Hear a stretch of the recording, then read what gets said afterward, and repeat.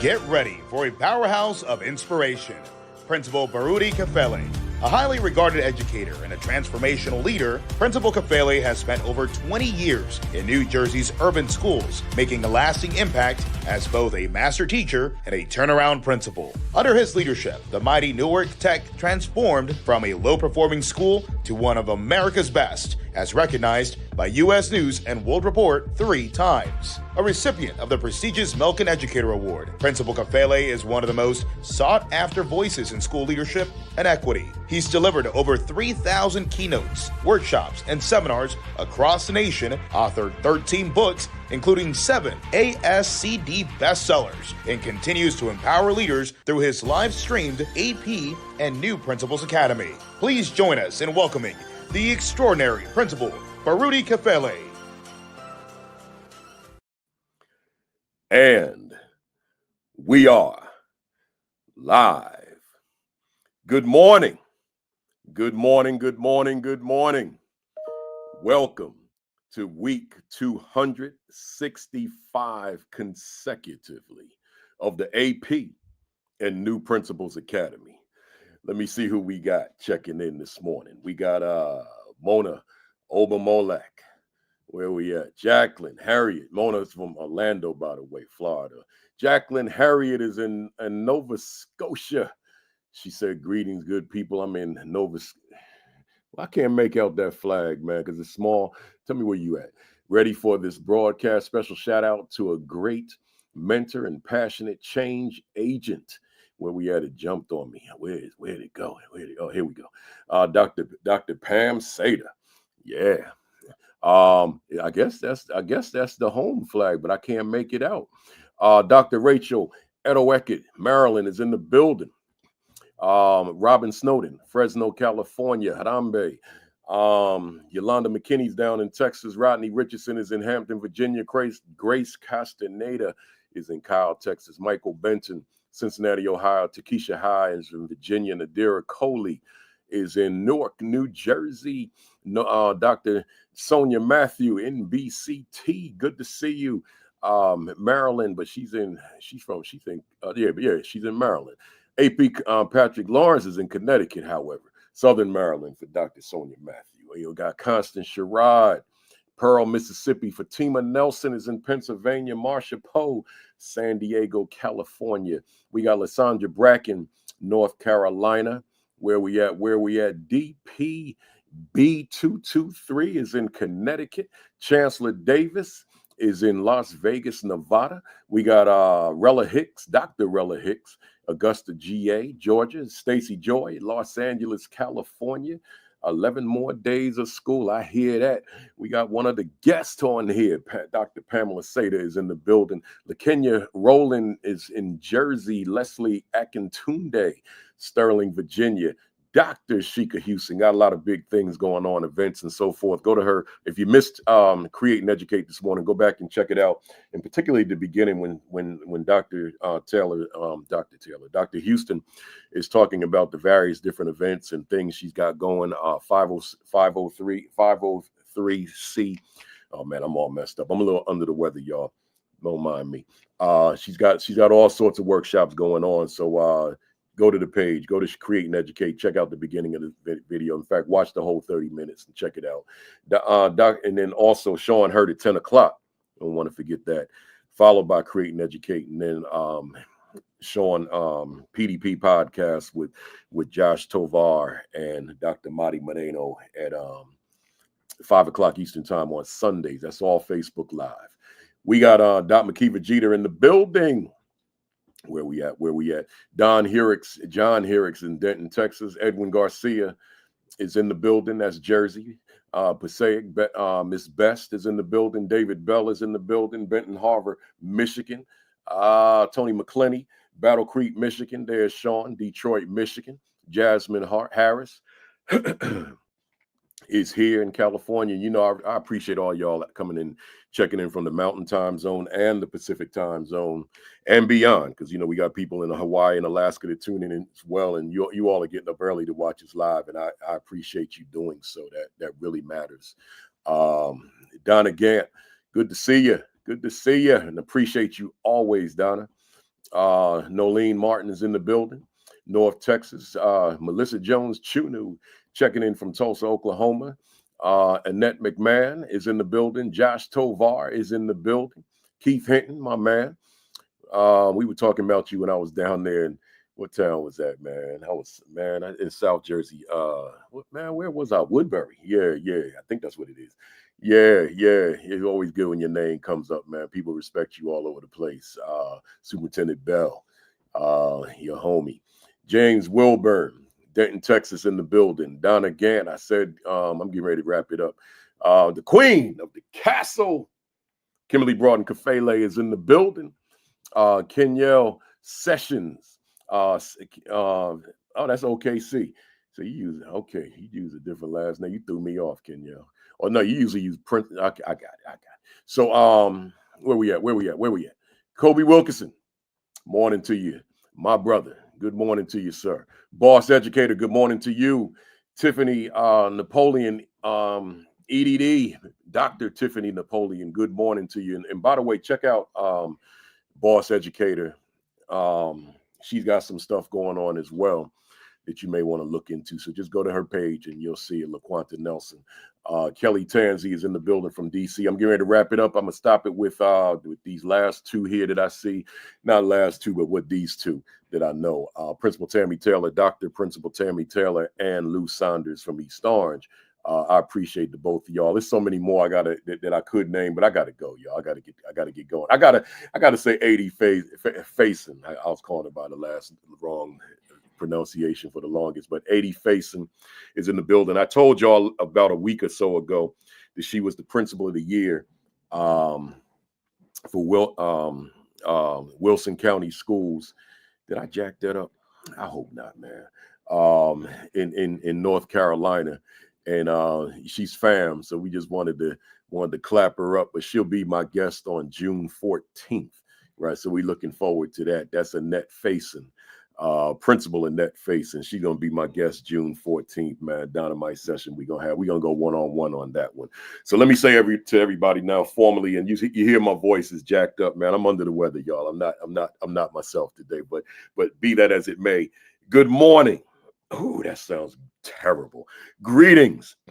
Welcome to week 265. Can you believe that? 265 of the AP and New Principals Academy. And let me say, I want to just ask you the question that I've been asking for a very long time. How y'all feeling, man? How you doing?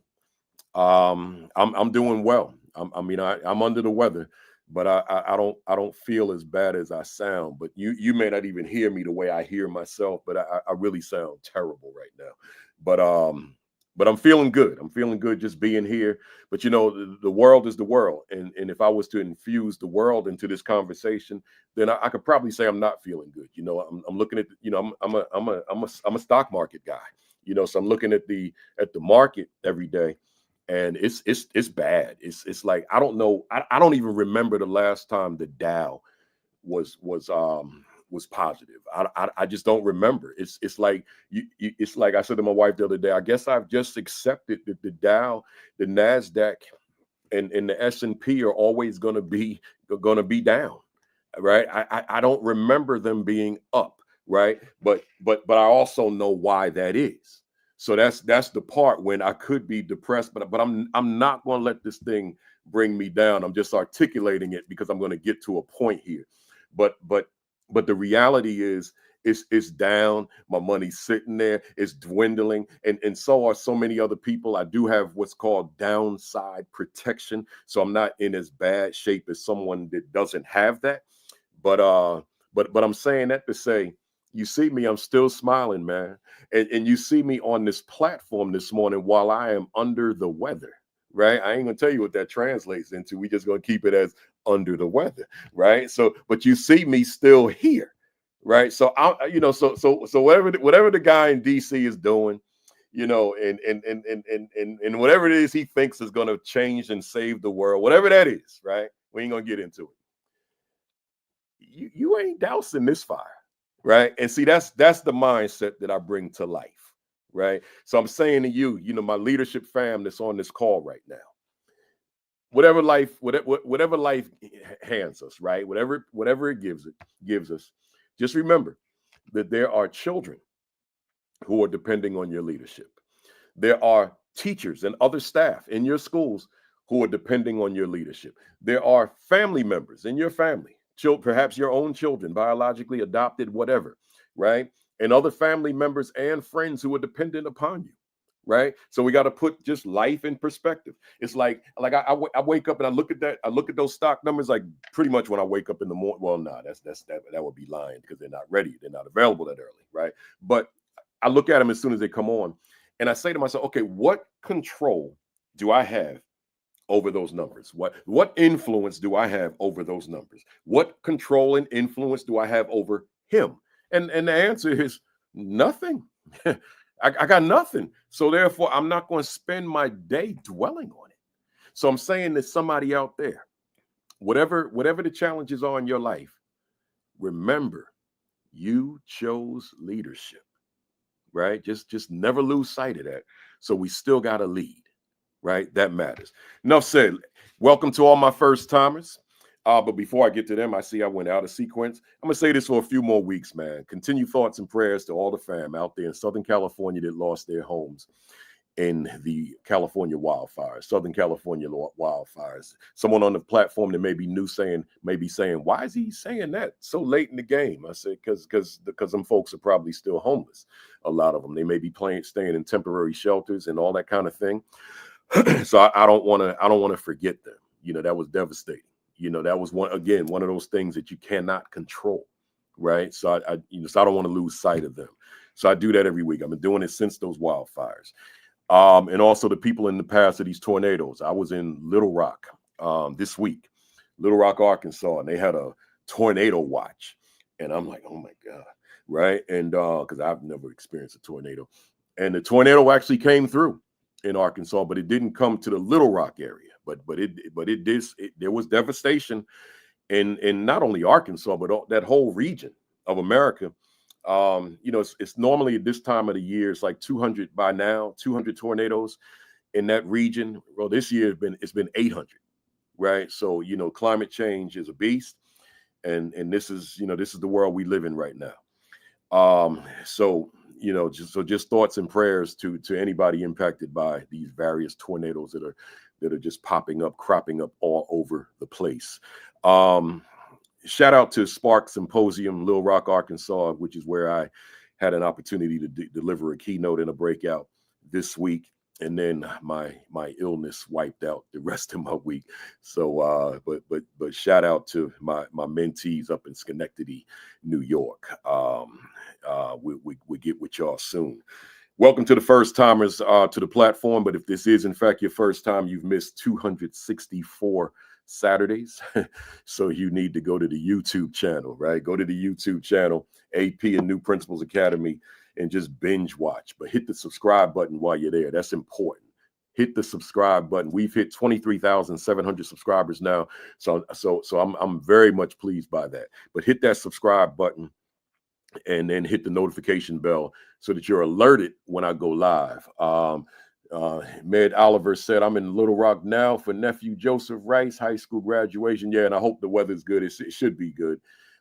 Just by the fact that they're having that graduation, because I know they wouldn't have it if the weather was bad. Welcome again to the first timers, and welcome to everybody else. Folks, July 15 and 16 are almost here. That's my School Leadership Institute that I'll be conducting. I do it every year, but do it in different cities.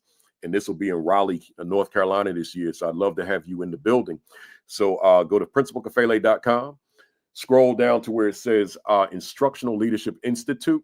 Click that link where it says here, and it'll take you to Eventbrite, and then register. And then come on and join me in Raleigh. The experience will be worth more than what you're paying for sure. Because we're talking 2 days, 9 to 4 both days of just talking instructional leadership. And plus you get the free copy of What Is My Value Instructionally to the Teachers I Supervise. That'll be yours just for registering. If you already have a copy, then get the second copy and give it to somebody who could benefit from it. The feedback I'm getting on this book, just people who are sending me their thoughts on it is really is really outstanding. You know, and superintendents, assistant superintendents, principals, like, oh my God, this is the book, right? I'm like, yeah, that's why I wrote it, man. Around the clock too. 18 days, man. I wouldn't like I wasn't sleeping. I was just writing. Right. It's all about being that instructional leader. 18 days, 50,000 words, right? That's a heck of a lot of writing, man. 50,000 words in 18 days. That's somebody that's on a mission. And I was on that mission. Josh Tovar said, make sure you check out episode number 70. That's the one he was on, 70 and 71, actually, because something I was still new with the platform and I did something funny with it and we kind of lost and had to start over. Right. So, but make sure you check Josh out on that one. And there's the website again. I appreciate you always, Dr. Houston. PrincipalCafele.com. Go ahead and, oh, you registered. Oh my God. I appreciate that. Wow. Appreciate it. Looking forward to seeing you, Dr. Houston, in the building, Raleigh, North Carolina. So y'all go ahead and register. Let me keep going, y'all. Where we at? My monologue. We're here.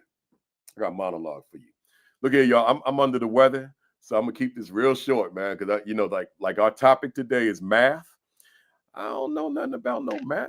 I can't even spell math, right? So they gonna do all the talking, and I'm gonna like throw a question out there, and I'm gonna just sit back, cough when I need to, take the cough drops, right? Drink the water. Might even run to the restroom while I'm home in the bathroom, right? So my mother said too much information.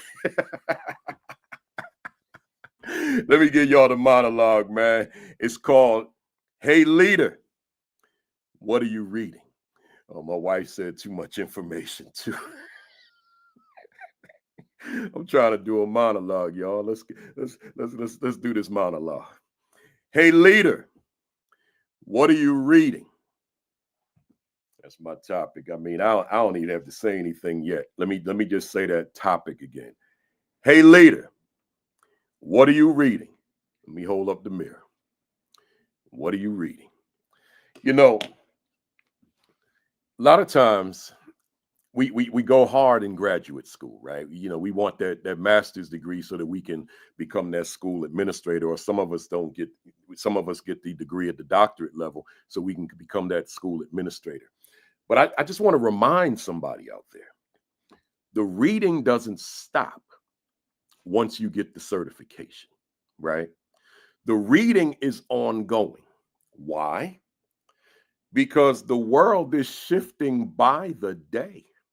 And as the world is shifting by the day, we have to be consistent with the shifts.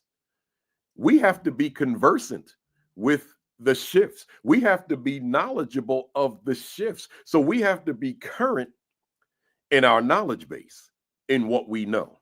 You know, there are times, I'm not going to do it on this monologue, but there are times that I drop names. I'll ask audiences or people when I'm having private conversations in the hallway or in the front of the room by the stage on a break, you know, whatever it is. Have you read such and such? Have you read this book? Have you studied this author? And the proverbial like 99.9% of the time, they're like, no, who's that? Right. And I'm like, come on. It's like when a few weeks ago, I did a tribute to the passing of Dr. Jawanza Kunjufu. And if you missed that video, I made it as a separate link. I do all the monologues as a separate link. You can check it out on AP the AP and New Principals Academy. But I was asking people, have you read Dr. Kunjufu? And people looking at me like, no, who's that? Who's that? He wrote 60 plus books geared towards the African American student. So what I'm saying to you in this monologue, leaders are readers. You have got to read. I know how busy you are. I know what's on your plate. I mean, I did it for 14 years. I did it in urban America. So I understand how busy you are. I understand the hours of work that you engage in, but it doesn't, it cannot prevent you from engaging in the reading, because leaders are readers. But there's another expression, you know, they say the leader should be the lead learner. You know, I've heard that and I've always wrestled with it because I don't know how you measure that. And I don't know if it necessarily makes sense. So I kind of tweaked it And I said the leader should lead the learning, meaning just demonstrate that I am a learner. So by demonstrating that you're a learner is saying to your staff that I'm reading, and here's what I'm reading, and here's why I'm reading it.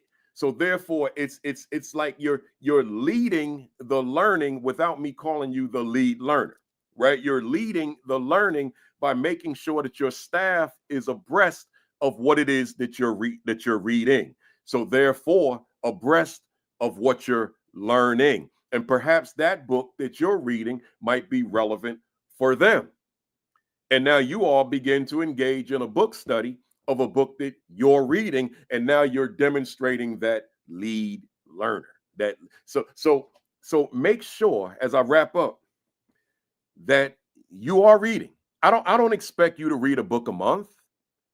No way, unless you're reading a thin book, like, I keep them thin, but my books are purposely thin because I'm privy to the work that a leader has to engage in. So I said, why would I write a 300-page book that a leader doesn't have time to read? Let me keep it at under 200 pages. Typically is under 150 pages. So and I'm not writing for scholars, so therefore they don't need a thesaurus in order to read what I'm reading, to comprehend what I'm writing.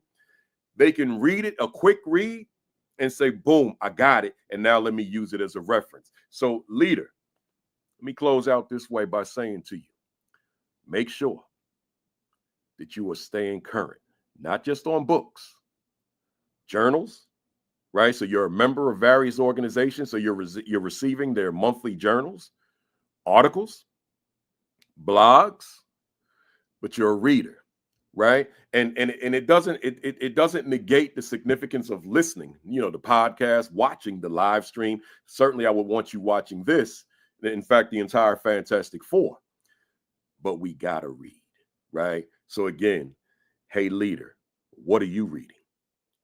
My hope is that right now, everybody on this call who's on with me live, and everyone who will join who will watch the video later, that you can answer this question, that I am reading, and you fill in the blank, right? Because your reading matters. Enough said. Let's go. I'm ready. I got 3 guests here, and let me bring them on up here. Let me bring them on up here, and let me change my background here. Get the right one here. Here we go. Bam. I should have changed that order because you got that beautiful background there, and I got my shield in my logo in your way. We gonna do this over. Let's remove y'all and do it this way. Yeah, there we go.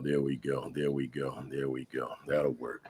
And you all right with that, Juliana? I'm good with that. Yeah, she got so much on there, man. I don't want to cover that, man. It's beautiful. It is. Thank you. I appreciate you. I appreciate the consideration. That's right. Good morning to the math. I call y'all the math doctors, man, of the AP and New Principals Academy. How y'all doing? Doing great. Good. Doing good. Thank you. I'm glad to have you. Let me say to the fam out there, I am not reading these long bios. This is a part 2.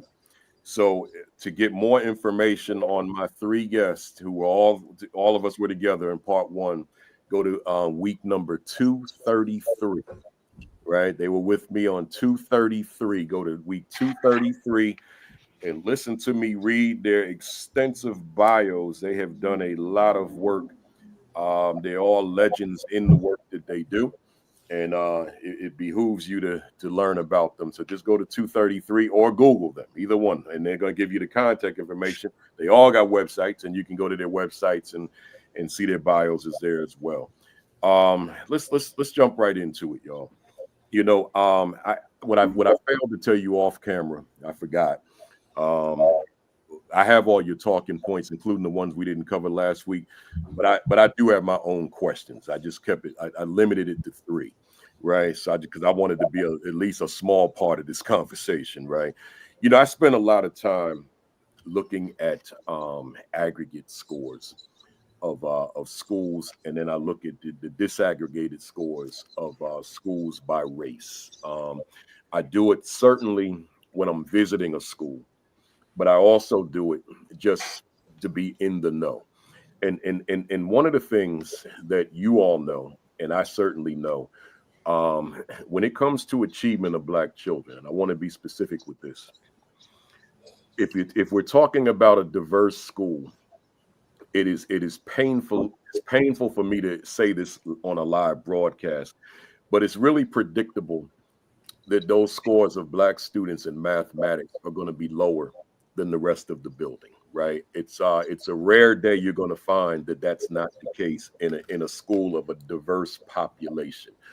If, on the other hand, you're looking at schools that are predominantly African American, then unless this is a specialized school or it's got just this dynamite staff or dynamite school leadership, whatever it is, but you talking about just your standard everyday school, then it becomes predictable. This is probably going to be a school that's not performing to its potential, right? And that's a nice way of saying a low performing school in mathematics. That pains me. I talk loudly about it everywhere I go. That this cannot be our norm, although it is normal right now. We just can't perpetuate it. So, which is one of the reasons it's so important that you're here today and for week 33 and the future segments that we do. So my question is, I'm not going to call on any of you. Just whoever wants to jump in first, jump in, and you can just have the conversation. Where are we getting it wrong in your estimation? Floor is yours. Can I start? Yes. Go for it. All right. So I remember when I started teaching at a diverse, it was probably about 50% Black, 50% white. The question that I asked was, why are all the Black kids sitting in the remedial math classes and the white kids sitting in calculus? And that's like my first year teaching. I came across that was my question. And so I went to grad school. I started a PhD program to answer that question. Like that was decades ago. And so that's something that I have been committing my professional career to answering that question. So you're not by yourself. That's a question that's obvious to anybody who's living, breathing, who cares anything about Black children. And so when I came across the work of Dr. Gloria Ladson Billings about cultural responsive pedagogy, and she actually came to Georgia State and spoke to us, it was mind-boggling to me because up until that point, everything that I had been reading in the research was what's wrong with Black kids and how do we fix them?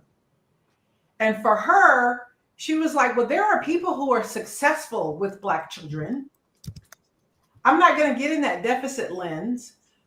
Let's figure out what they are doing that is successful with Black children, right? And so culturally relevant pedagogy was what was born out of that.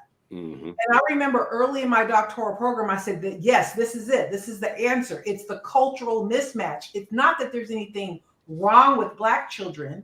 It's there's a mismatch between the education that we're getting, the ways that we're teaching them and their cultural ways of knowing and being. The problem was I could find all kinds of research in ELA, in social studies. But back in the 90s or late 90s and early 2000s, when I was doing my math education program, there was nothing about what that looked like in math. And so I pretty much had to figure it out on my own, reach out to other people who were studying the same thing. And so culturally relevant math instruction and the fact that we're not engaging in culturally relevant math instruction, and the fact that I had to be in a PhD program before I even knew anything about culturally relevant pedagogy is the problem. So I just wanted to open up with that. I know my illustrious colleagues here they can chime in on that. Before one of them jumps in, though, Dr. Seda, before one of them jumps in, because I know somebody out there has got to be chomping at the bit. And they're probably thinking to themselves, or maybe they'll even write the comment. Can you give us an example of what you mean by culturally relevant mathematics? Yeah, so a lot of it just has to do with the fact that there are stereotypes that we have about Black children, and we make assumptions about what they can or cannot do based on their responses to very narrowly defined multiple choice questions. And we're so busy trying to teach them to get answers to questions that they don't care about, that they don't identify with, that are not connected to their lives in any way, that are abstract. And then we're wondering why kids aren't willing to put forth the effort that it takes to learn it. And so then we make all kinds of assumptions about their intellect, about their motivation, about their families, because because they're not interested in putting forth the effort to learn something that's totally disconnected from them. Yeah. And the two of you, forgive me for a second. I just want to exhaust this point. I remember when, as a teacher, and my thing, which it still is, but my thing was history. My thing was history. My thing was history. If I can just teach African American history, African diasporan history, for all day long, then I'm good. But that wasn't possible. But I found a way. I don't know how scientific it was. I don't know if it was the right thing. So for example, if I'm teaching Marcus Garvey, and at the time I could rattle off how many branches of the UNIA, United Negro Improvement Association, I could rattle off how many branches he had in America, how many branches he had in the Caribbean, how many branches he had in Africa, and all that kind of stuff. And then I could turn that into math. Right, I could turn it into fractions. I could turn it into division. I could turn it into multiplication. It was so much I could do with that, and it brought the teachings of Marcus Garvey, the context of Marcus Garvey, but in this case, the mathematics. It brought it to life. Now, I never did any research to find out, is this scientifically sound what I'm doing? All I knew is that my achievement levels were rising, that our math scores were out the roof, and they bestowed upon me Teacher of the Year, right? So that was all I needed. I didn't need to go find out, was I doing the right thing? It was working, right? So my question to you, is that an example based on Dr. Pamela Seda of being culturally relevant? Absolutely. So I'm going to give you an example. This is a story that I tell in my book, Choosing to See, a Framework for Equity in the Math Classroom, about Jasmine, who was just rebelling in my class, didn't want to have anything to do with what I said. She ended up getting sent out of class for misbehavior. So she came back in and just put her head down because she wanted to be part of the class, but she wasn't interested in doing anything I asked her to do. And so I decided to give the class a project that I felt was culturally relevant. We decided to look at our test data as a school and as a district, and we decided, I applied it to the math that I was teaching. We were having to do regression equations, which is high school mathematics, but I applied it to our test scores and said, is there a correlation between the percentage of Black students at a school and this test scores? And so I asked the question, I gave them the data. They had to come up with the answers for themselves. I saw a total personality transformation in Jasmine. She was doing it. She stayed after school. She asked to help, asked to be in a group with other people because she never did that before. She totally changed. And when I asked her about it afterwards, she says, I really want to know the information. It wasn't a school project. It wasn't an assignment. She really wanted to know the answers because she saw her community. She saw herself reflected in the math that I was asking her to do. I love it. And I didn't know that was going to make that impact on her. It was kind of like you. It was like, well, obviously what I did, I tried something and it worked because the proof is in the pudding. She responded along with the rest of my students. There you go. Y'all jump in. So I definitely want to just jump back to the Black student conversation and take it one level higher, just about all students, so that I can talk about the Black student, right? Number one, as an educator, no matter what, in order to teach, you have to, one, just know your content. Would you agree? Yes. That you literally just have to know your content, period. And then after you know your content, you have to be able to get your students to understand the content. And we do that through what Dr. Pam is saying, just being culturally relevant. Now, for some reason, culturally relevant has to take on a Black tone for some reason. But the reason it's taking on a Black tone is because majority of the texts are centered around non-Black students. You following me?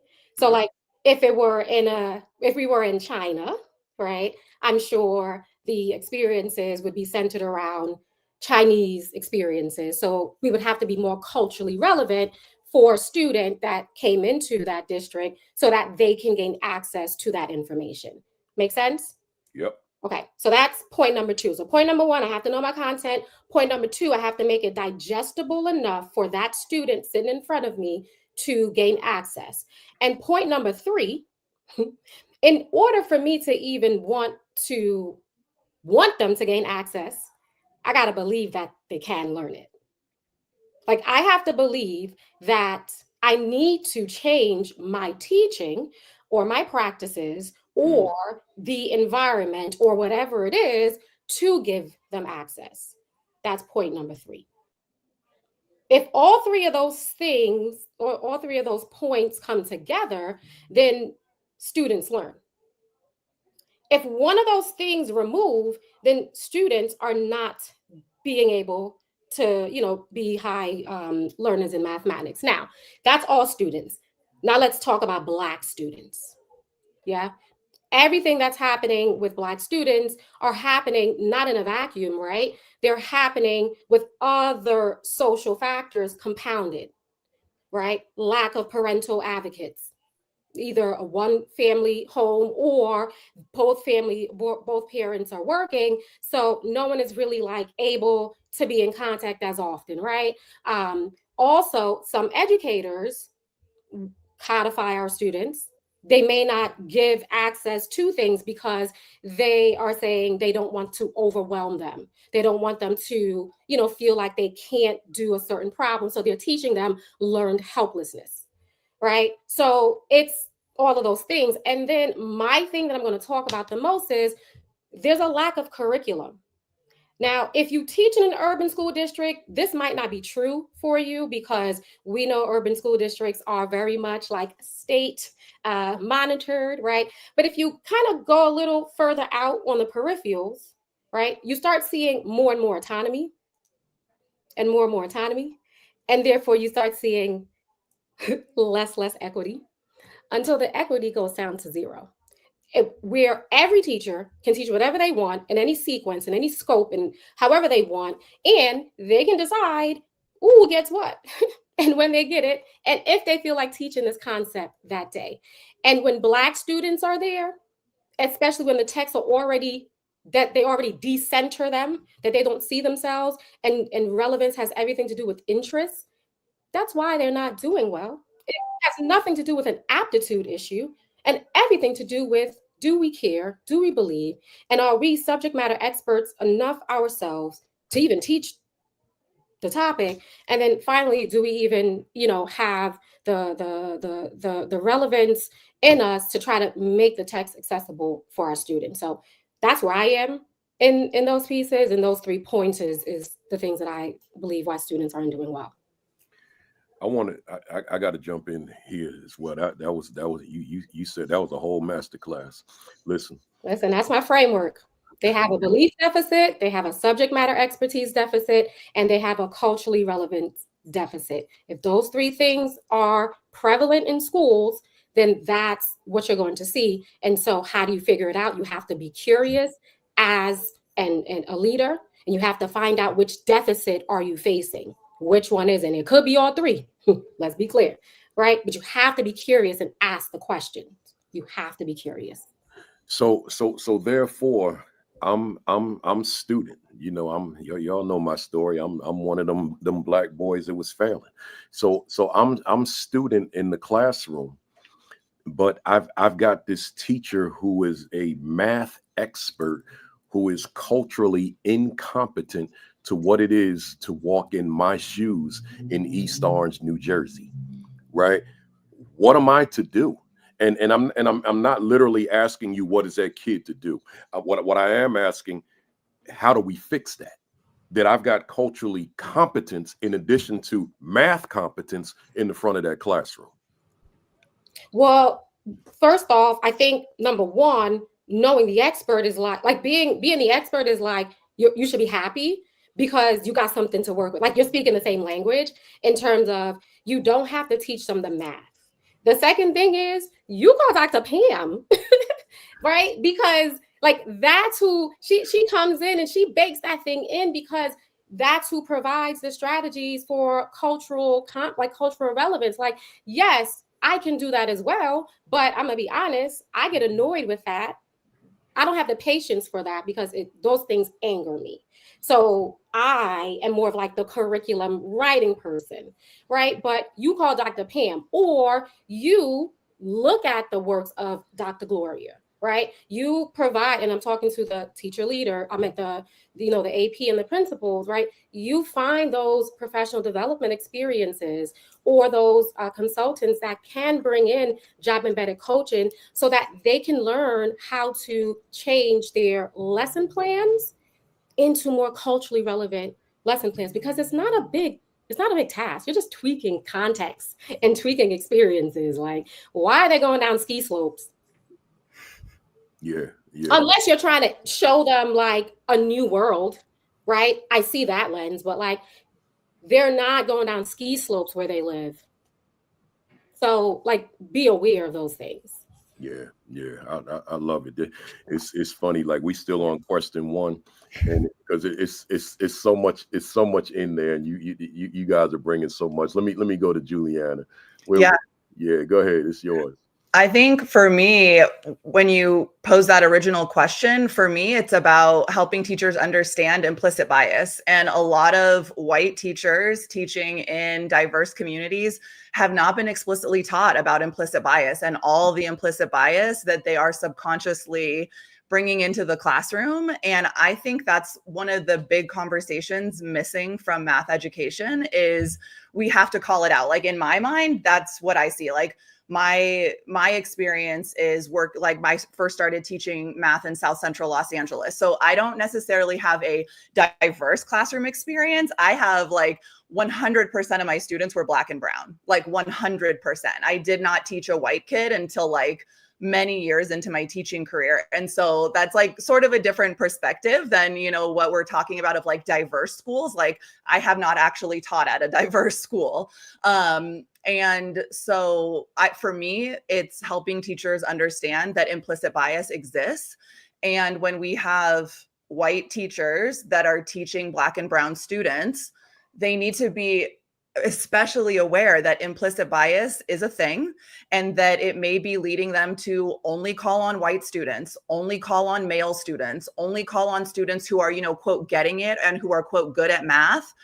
And it's subconscious, and so we have to provide professional development, book studies, whatever it is, to help those teachers understand that implicit bias is a thing. I also think another huge problem that is contributing to this, and you hinted at it in your original question setup, is the labeling that we are putting on kids. And so often the Black and brown students of color are getting put in those remedial math classes. And then they're labeled as remedial. And then that just starts this, in my book, Teaching 612 Math Intervention, I call that the gatekeeping cycles of mathematics. And once a kid is labeled as remedial, once they're labeled as intervention, once they're labeled as low, it's very, very hard to get out of that cycle. It is so hard for a student to exit that cycle because the teachers are now our expectations. We all know that like Pygmalion effect, right? If we label kids gifted, surprise, it becomes a self-fulfilling prophecy and they achieve higher. But the converse is also true. If we label kids low and intervention and remedial, surprise, our expectations lower and our kids fail to meet expectations, right? Like they meet those low expectations. And so we have to be very careful when we are labeling kids. And it's just this constant, like as soon as we start labeling them, it's almost impossible to get out of that gatekeeping cycle. So how can we empower systems, and how can we empower teachers to break that so that the kids aren't getting labeled to start with? Yeah. And you know, I'm thinking about, I'm personalizing a lot of this, and it's like, all right, I got the label, but now I'm self-labeling. You know, even today, at 64 years old, and I said to you all, I can't even spell math, right? I'm still there. So I can only imagine what it does for a youngster going through the years, right? So there's so much to do. I know we got so much to talk about. Let me go to this second question I threw at you. This is closely related to the first one, actually. You know, so therefore, I can add that word. For me as a teacher, I guess my focus was, if I can get young people just feeling great, feeling that they are just the superstar young people, that I can achieve anything that I set my sights on achieving. I have what it takes. If I can instill that into young people, for me, it became that much easier to teach young people, because now they're believing in themselves. But for me, the mechanism, the tool, the vehicle, once again, was the history. Right? Because in my mind, and I believe this to this day, I'll take this to my grave, when Black children, and by extension, I could say Black people, when Black children feel good about their Blackness, but beyond a superficial level, right? Like, not just because I have Black skin, but because I understand my foundation, I understand my roots, I understand my history, and I identify with it, then it made it so much easier for me to be their teacher, because that's the culture that we created. That's the mindset that we created. So therefore, the mathematics, since that's where we are today, because I actually taught elementary math. I couldn't teach secondary, but elementary I could, and we did well, and that's inclusive of standardized assessment. So my question to you is real simple. Based on what I just said, what are your thoughts from a math perspective, which I don't have? That's not who I am. Anybody, jump on in here. I think it still toggles like the cultural relevancy as well as the subject matter expert. So let me stay in the expert lane. Like, you know your history well, but then also history itself is just, it has an easier lift, because you can literally use history to track history, if that even makes sense, right? It does. But math, unfortunately, is taught in a vacuum. And if you are not the type of educator that is curious to want to learn about the history of mathematics, and when I say history, I don't mean, you know, like the history that when you take the history of math class and they talk about Pythagorean theorem, right? I'm talking about the root, right? I'm talking about Egyptian history. I'm talking about those like pieces. Then if you're not staying curious, then you won't have that other layer that you can bring into the classroom to then make it more culturally relevant for your students. So they all work within each other. But like, you have to continue to evolve. And it's not going to happen as a first year teacher or as a third year teacher, or you might come in as a first year teacher already having that want, that need, or that capacity to do it, right? And maybe your professional learning is, hey, how do I ensure that I'm using like these manipulatives? Because you can teach all the history you want, but the students still have to get the math, right? So there's always going to be an evolution that you're going to take, but the goal is always to make it so digestible, so chewable, and interest enough for students to want to latch on. Because the alternative is, if they don't feel like they see themselves in math, then they will not access what we need them to, and then they will lose out in so many places in life I mean, it's so compounded. It's exponential, the amount of things that they won't be able to do once they graduate. And I'm not just talking about like college, I'm just talking about life skills in general. They just won't be able to do. And and this is from a selfish, I'm gonna be selfish saying this. As a business owner, I am unable to employ students now, or not students, but like people coming out of college, because their acumen when it comes to mathematics, just like basic level acumen, it's not there. And I can't trust them with like simple calculations because I'm like, hey, what's going on?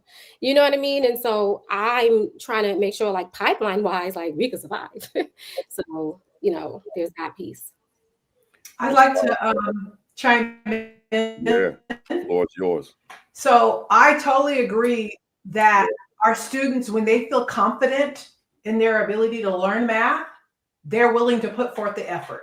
And for so many of our kids, they're confident in sports, they're confident in entertainment because their communities, their families have told them they're good, right? But when they come into school, we undermine that confidence because we are narrowly defining success in terms of whether you can bubble in this right answer in a multiple choice test. And if you don't know the answer right off, then you're labeled as dumb and stupid. We don't do that with other subjects, right? We're not afraid to guess an answer. I remember in elementary school, your teacher might ask you about this story. Well, how do you think it might end? And you're allowed to use your creativity. But then when it comes to math, and we don't give them that opportunity to be creative, we undermine that confidence. And I want you to understand that that's by design, y'all. It's by design. Let me tell you why. Our schools were never created to educate all kids to high levels. There's sophisticated sorting mechanisms. And we use math as the number one gatekeeper to decide who gets to work in the fields, who gets to work in the factories, who gets to have a professional career. We use math specifically to do that. It was intended and designed that way. And if we don't recognize that, and if we don't rethink all these sorting mechanisms that we use, whether it's grading, whether it's testing, our instructional, all of them were created simply to sort kids. And all of those sorting mechanisms are colored and filtered by our negative stereotypes about children. So how do we do it differently? We got to focus on critical thinking and reasoning. That's the goal. We use content to teach kids how to think and reason, because that's the goal. That's the tool. So my job as a teacher is not to teach you fractions. My goal as a teacher is to teach you how to learn fractions. That's different. Once our kids know how to learn math, because we teach them the behaviors that are needed to learn math, they soar. But we're too busy thinking that they're disqualified to learn at high levels because they don't know A, B, C, and D. And so therefore, we're not teaching them how to think critically because we say, oh, well, they don't know their times table, so I can't teach them how to reason. And that's just not true. It doesn't matter what they lack because we're so busy looking at them, what they don't know, that we're not doing what we're supposed to be doing, is teaching them how to learn math, how to make sense of problems, how to critique the reasoning of others, how to reason abstractly and quantitatively. Those are the skills that we should be teaching our kids from kindergarten to college every year. And we use the math content to get them there. But we ignore those mathematical practices that are a part of all of our standards because we so focus on teaching content to what? To sort our kids, to make assumptions about what they know or what they don't know. And so we really have to rethink the whole system. Well, now, I'm my soapbox. No. Stay there. Stay on the soapbox because let's look at that system. So it's very popular now to talk about systems within schools. So systems within systems. So the question, particularly at the leadership level, what systems do you have in place so that now things can operate without you having to manipulate them? There are systems to ensure that this is happening this way, this is happening this way, etc. So thinking about what you just said, this is being philosophical now. So the system, as you said, is designed to sort people based on ability, right? So if there's a system in place to sort, then how do I, as teacher, disrupt a system that is bigger than me, that's already firmly entrenched? Absolutely. What's your Well, favorite? that's what I focus on. So there's a role for teachers and there's a role for leaders. The role for teachers is, I summarize it in the ICU care framework. And it means we go from thinking about kids just being individuals that we sort, but we go to creating a community of learners. That's culturally relevant, right? It's not this idea that, oh, I'm just individually good, but no, we're good because we're better together. So when I create a community of learners, I'm not only responsible for my own learning, I'm responsible for contributing to the learning of everybody in that class. And that's how I redefine an expert. So that's like the I part of my ICU care framework. It's also understanding my students beyond who they are as academically. It means I understand what families they come from, their communities they come from, for the purpose of teaching math. Because as Brooke Wormley says, nothing gets into long-term memory unless it's connected to something that's already there. So that means I have to value that prior knowledge, even if it's informal, that kids bring with them to be able to learn to teach them. It means assessing and in ways so that you're honoring who they are and honoring that student's agency and identity and not undermining it in your practices. So the bottom line is, the way I focus and I support teachers is I say, I know they have to take those standardized tests at the end of the year, and they're probably going to be multiple choice. But you don't teach the test, you teach beyond the test. You teach them critical reasoning. You teach them how to come up with a viable claim, what that looks like. You teach them what is acceptable and appropriate evidence. You teach them what is acceptable and appropriate reasoning to get to that. If you teach all that every day, you're teaching at this level. When they take that into the state test, it's going to be a cakewalk because you've been teaching them at high levels. So equity to me is not about sorting. It's about how do we make sure that every kid meets this minimum level, and you've clearly defined what that is. And that's half of our battle, is we just tell kids, okay, here's a procedure. I want you to mimic that procedure. It doesn't connect to their prior knowledge. It doesn't make sense to them. So we're asking them to pretty much turn their brains off and just mimic what I tell you to do and how I tell you to do it. And then when they're not able to do that, then we blame them and label them and put them in these remedial classes where they give them more of the same stuff that didn't work. And equity means we figure out what every kid needs to be successful. And every kid needs something that's going to reflect who they are, which means we got to take the time to figure that out. Love it, love it. Before I go to my last, let me say to the fam out there, hey, somebody hit that share button, that repost, that retweet, tag somebody, text somebody, hit up those Facebook leadership groups. Let the folks know that we are here, we are live, we got a phenomenal conversation going on. Call somebody, let them know, tell them to tune into the AP and New Principals Academy on YouTube, and we are here. All right. I got one more, and then we go to y'all, and I'm gonna sit back and listen. The topic today is the correlation between your leadership and math achievement. And that was the topic last time. And I believe with every fiber of my being that there is in fact a correlation between leadership and math achievement of young people.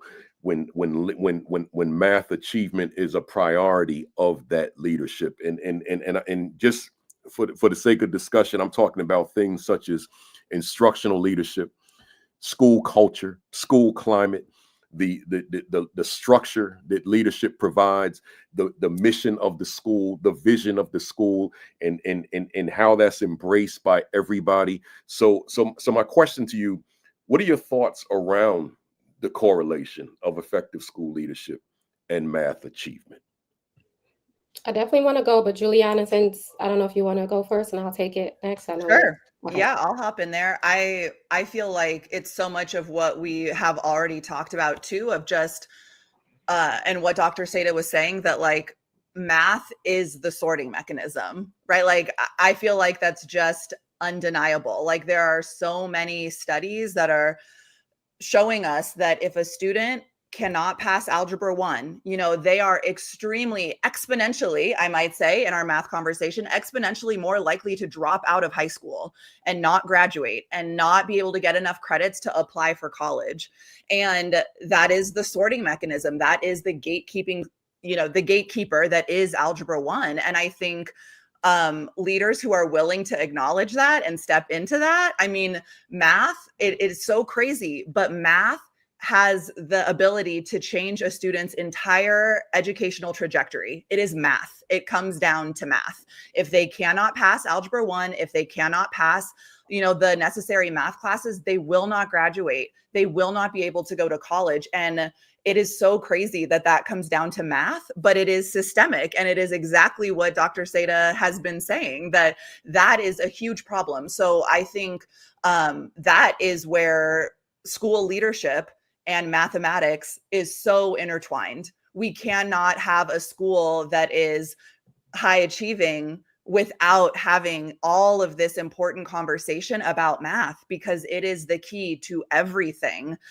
in terms of increasing all of the academic gains that students are having. If students continue to fail math and they know that that's going to prevent them from graduating, I mean, they're probably going to start giving up in other classes too, right? Like, what is the motivation for those students who are just year after year, they're failing math? Why keep trying in all the other subjects if they know that they're going down this path in math that they feel like they can't get out of? And I work with a lot of schools and districts, and every school and district leader is like, the math teachers are different, and especially secondary math teachers. Like I only work with secondary math, like 6th through 12th grade. And those leaders are always like, if that leader wasn't a math teacher, it's very hard to get that math teacher to agree with what that leader is saying needs to happen in a math classroom. And so that can be a really huge challenge for some leaders in terms of leading a mathematics vision, is if they don't have that classroom experience, a lot of, especially secondary teachers, will immediately discredit, unfortunately, right? Like this is unfortunate that this happens, but a lot of secondary math teachers will discredit what that leader is trying to do and say. Wow.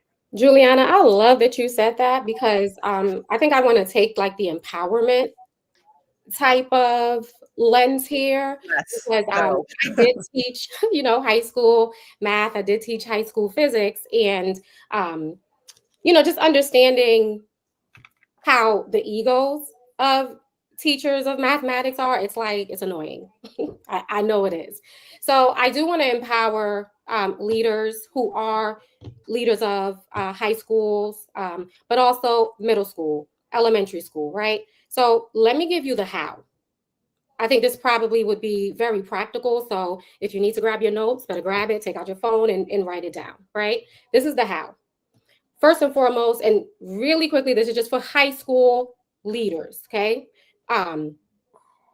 You are the leader. So even though you may not feel comfortable with the content, it doesn't matter, because you set the vision, period. They go along with your vision. They can give you all the content and you pull them in for their expertise for the content, but you are the vision setter. You know leadership, you know systems, you know how to follow through, you know what a cycle of feedback looks like, right? You know how to iterate processes, right? That's your superpower. So that's where you lean into. They follow you for that.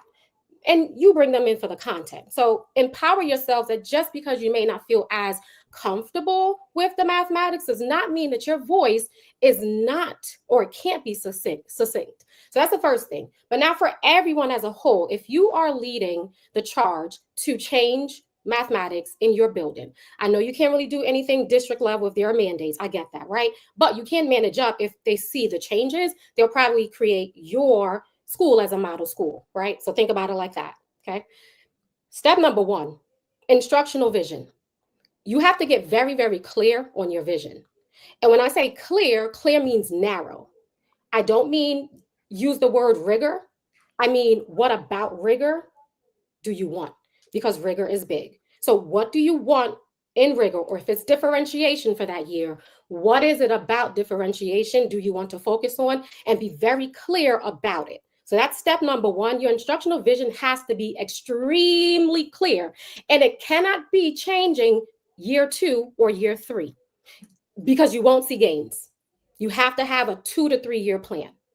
Step number 2, you need to figure out where, because your vision is your root, where those branches are going. What do I mean by that? Who is going to lead the charge? Yes, you're setting the vision, but who are your people to support you in leading that charge? And what spaces in your building is this happening? Space number 1, it better be happening in those PLCs. And in those PLCs, there has to have structure. What does structure mean? You have to set the structure. The structure cannot be left to the person that you designated to leading the PLCs. Not yet. You're not ready for that yet. You have to set the structure of your PLCs, and the structure of your PLCs had better been aligned to that instructional vision that you set from the beginning. Because if it doesn't, then you are wasting everyone's valuable time. Number 2, within that, who's supporting that piece, right? There has to have some type of like walkthroughs, very, very informal, not just the leadership team, but the peer-to-peer leadership teams, right? And you better make sure you have a tool to capture the information, very low tech. Don't get too crazy with it, very low tech, because you're just trying to see what's happening. And you're searching for 2 things, quality and quantity. Is it happening? And how good is it happening? Is it happening? How good is it happening? And you are comparing it based off of the instructional vision that you set. Okay. And the next step is you need to aggregate that data. What is happening? Once you get all the data, right, after a little feedback loop, like what's happening, and then report out to the whole entire staff. Hey, here's what we saw. Thank you all so much for, following the instructional vision that we set for this year. Here's what we did, right? Here's, the number of teachers that were able to accomplish this goal. Here's the types of questionings. If it were a question, here's the type of questions that we said that we wanted to see, right? Or here's the type of student talk that we said we wanted to see. Now, this is now our baseline. Iterate this process one more time. Let's see how we can make this goal for the next round. And you do that over and over and over again, and you get laser focused on that. I bet you within 6 months, you're going to see clear gains that matches your instructional vision, and you're able to really see what's happening in your class in a different way. So that's my how process of being extremely laser focused on how you shift the narrative in your school. Now, I just gave an example about like differentiation. We're talking about math achievement now. And so Dr. Pam talked about, right, how we get students to really unpack problems that are conceptual based, right? How we get students to really talk in mathematics. Then your focus should be problems that require students to have the cognitive lift, the cognitive load. If your students are doing multiple choice questions in those classes and they're still doing them teacher worksheets, you ain't gonna get nothing out of your students, okay? They need to have rich math tasks that challenges them. They need to be able to work complex problems. They need to be able to grapple with things, right? persevere through things, discover things, and you not bail them out.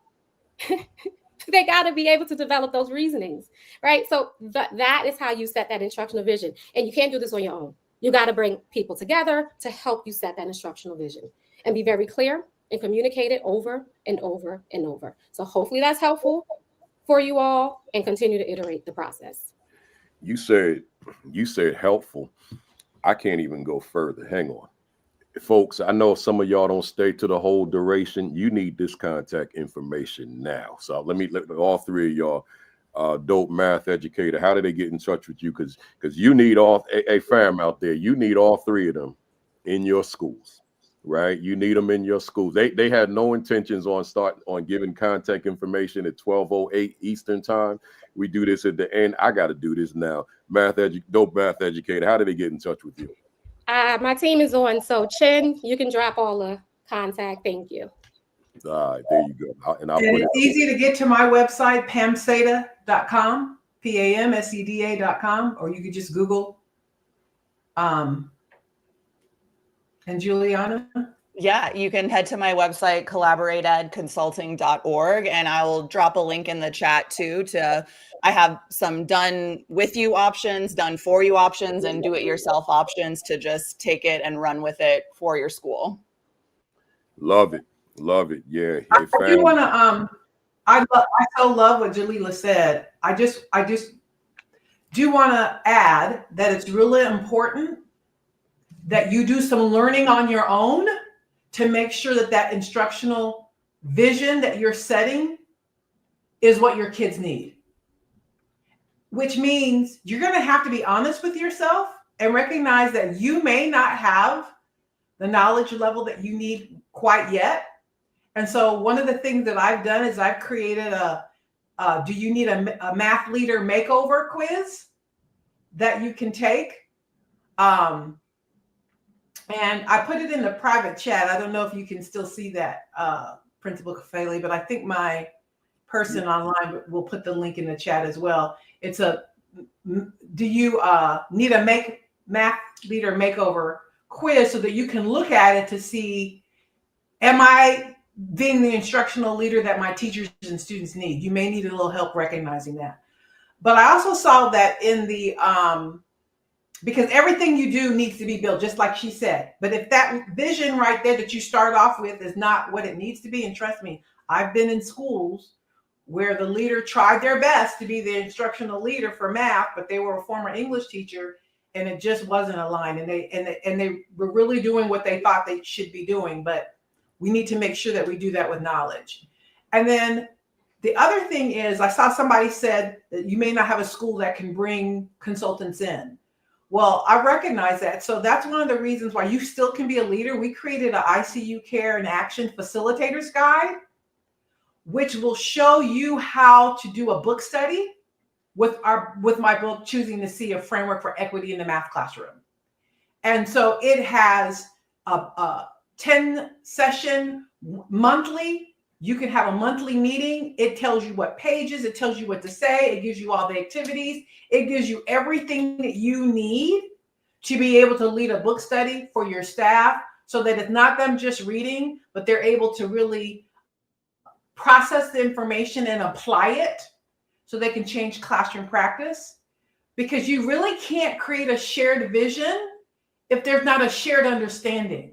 And so sometimes it takes time for those teachers who have spent 30 plus years doing math the traditional way, and you're asking them to change that. Sometimes it takes time to get them, and that book study can do that. And so that was another piece I would just like to add. All right. And we're gonna do this again as far as the contact information. Now, to the fam out there, those were just my preliminary questions. I know we went a little longer because they had a lot to say, but now we're gonna jump into the talking points that they sent to me. So buckle up, have your pen, have your paper, your device, whatever you're using, and let's we're gonna get heavy here. Let me put the first one up here.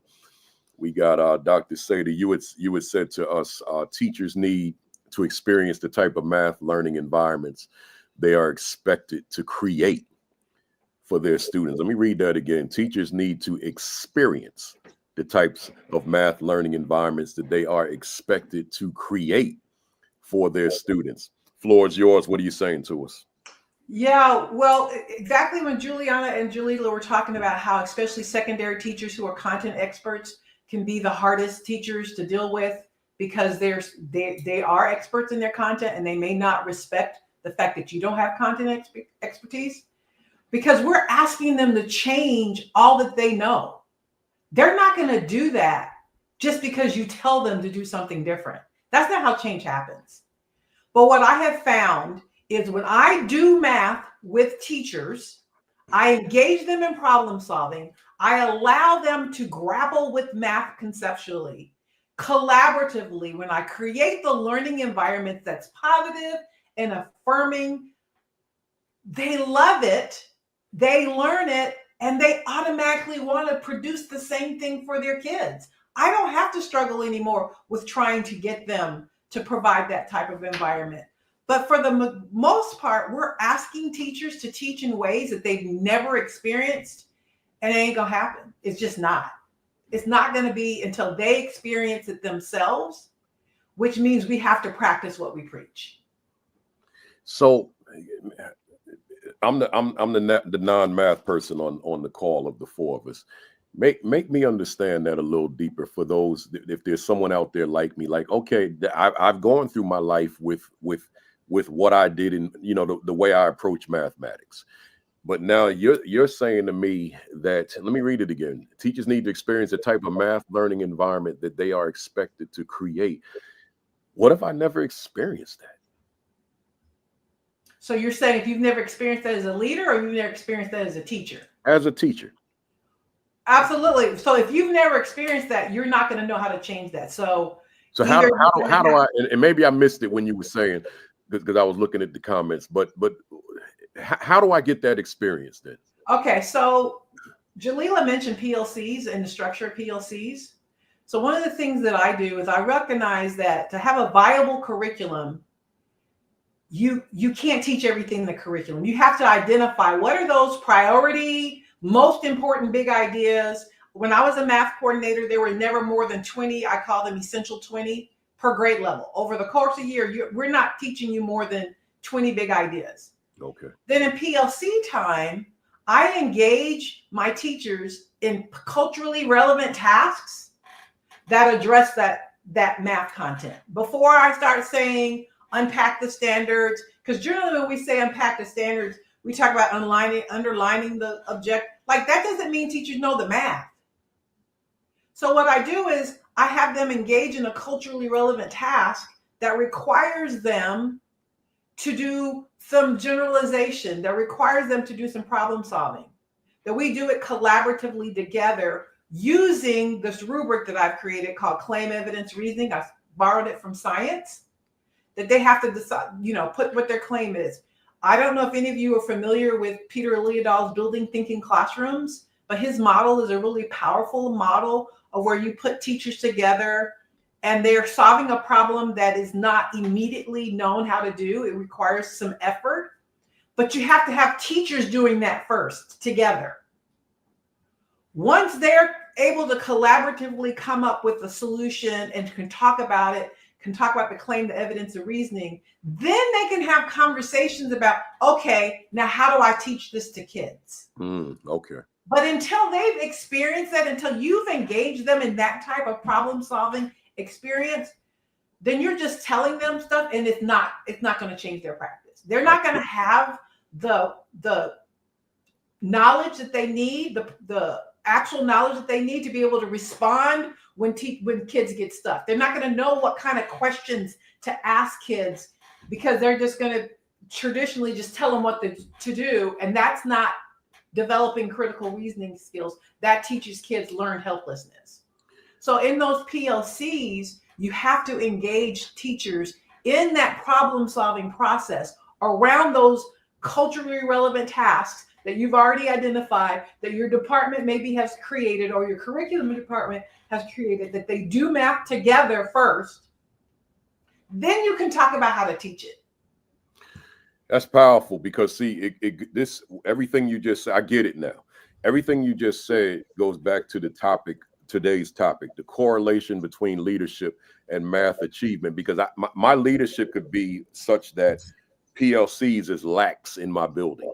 It's they in there having a gripe session every day, right? So now I don't get to have the experience you just talked about. See, my mind I needed to like lock in on you so that you could talk that through, so that it could make sense. Because I'm looking at, I'm everybody, right? I'm engineer, I'm host, so let me stay away from that stream and hear you. That makes sense, right? And that's again, that's why the leadership is so important. If the leadership is not there, everything you just said is for naught. It's not. Can I jump in on something just very nuanced that Dr. Seda said that since we have an audience of leaders here, this is coming up time and time again at meetings that I'm having with district and school leaders of administration realizing that their math teachers specifically go lesson by lesson by lesson by example, A1, A2, A3, and they just do example after example. They feel like they have to get through every single example in the high quality curriculum that you have selected, which, shout out for selecting a high quality curriculum. But when math teachers just have this obsession with going through those examples, and what Dr. Seda said that was just a little comment that I really want to make sure we highlight is that she identified the essential content. She identified what was just essential. And there's a wonderful priority standards document from Achieve the Core from Student Achievement Partners, who Jaliyla was a author of. I use that all the time. Jaliyla, I use that document pretty much every single day of my life. And only like 2 weeks, 3 weeks ago was I reading through it and I was like, oh my gosh, Jaliyla Fraser was an author of this priority standards document. Like that has to be shouted out. Like you're like, I'm like fangirling over that because that is huge. Like that is such a missing piece that I think administrators aren't seeing. We have to give teachers as a leader, we have to give them the permission to not teach every single example, every single lesson from our book. We have to consult that resource that Jaliyla was an author of, and we have to narrow it down because we can't go into culturally relevant pedagogy. We can't go into rich math tasks if we're trying to get through example A, B, and C of every single unit of every single textbook. So just wanted to mention that we make sure we go there. Yeah, no, that's a great mention. Go ahead, Jaliyla. And I appreciate that. Thank you for fangirling. I fangirl off you all the time. And also my girlfriend, Dr. Asia Frank, she was a co-author with me on that. And that was off of the heels of COVID. And our goal was to make sure we put together the most salient standards that school systems can say, hey, these are the standards you should focus on this year. These are the standards that you can just like, hey, leave to the side. And so they probably are the ones that Dr. Pam is saying, the most salient pieces. But to, I guess, bring it all together and Principal Kafele, you probably don't even have to ask me my question because this would kind of just wrap it all up. Everything that we're talking about has everything to do with curriculum, period. And no matter what, every last one of our teachers have to become mini curriculum writers, like mini curriculum writers, because if you don't understand curriculum, depth and breadth, you won't understand the reason why certain things can be, like put off or certain things need to be elevated. So what Juliana is saying, we do not have to go lesson by lesson if we use a rich math task, like what Dr. Pam is saying, that's culturally relevant, that literally could take 3 lessons in one and bring it all together in like one day for students, and they get the concept. You don't have to go lesson by lesson. If you are a subject matter expert, you will be able to wrap it up in one day, right? And so what you realize is curriculum isn't the textbook. The text is the text. The text is the text. It is a resource. It is not the curriculum. And we have to make sure we understand what we are saying so that we won't put negative vibes about what we need or don't need.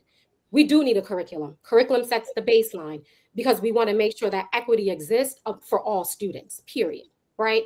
But within that, as we are supporting educators to make sure that they unpack those standards and unpack it properly, we have to make sure that, one, they understand the standards. We have to make sure that they understand the aspect of rigor in mathematics, right? Because every time I speak with an educator and I say, hey, well, is this a procedural fluency standard? Hey, is this an application standard?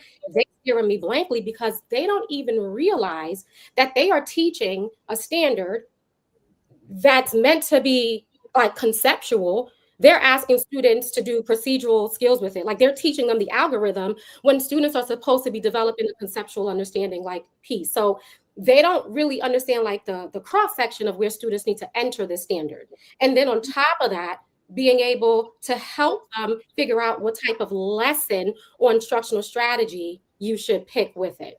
So part of our role is to see how deep we can go with our teachers, right, when we're with them.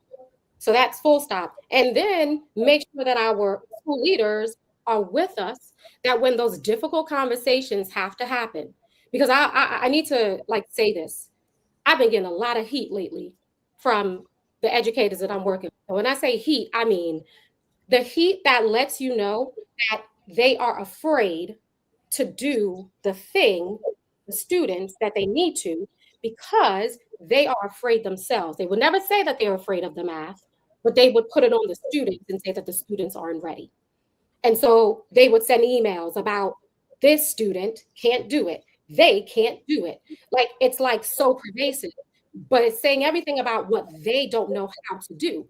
And so our math leaders have to be at arms with us to help us have these hard conversations, that you will give your students access to these rich math tasks because it is what they deserve, period.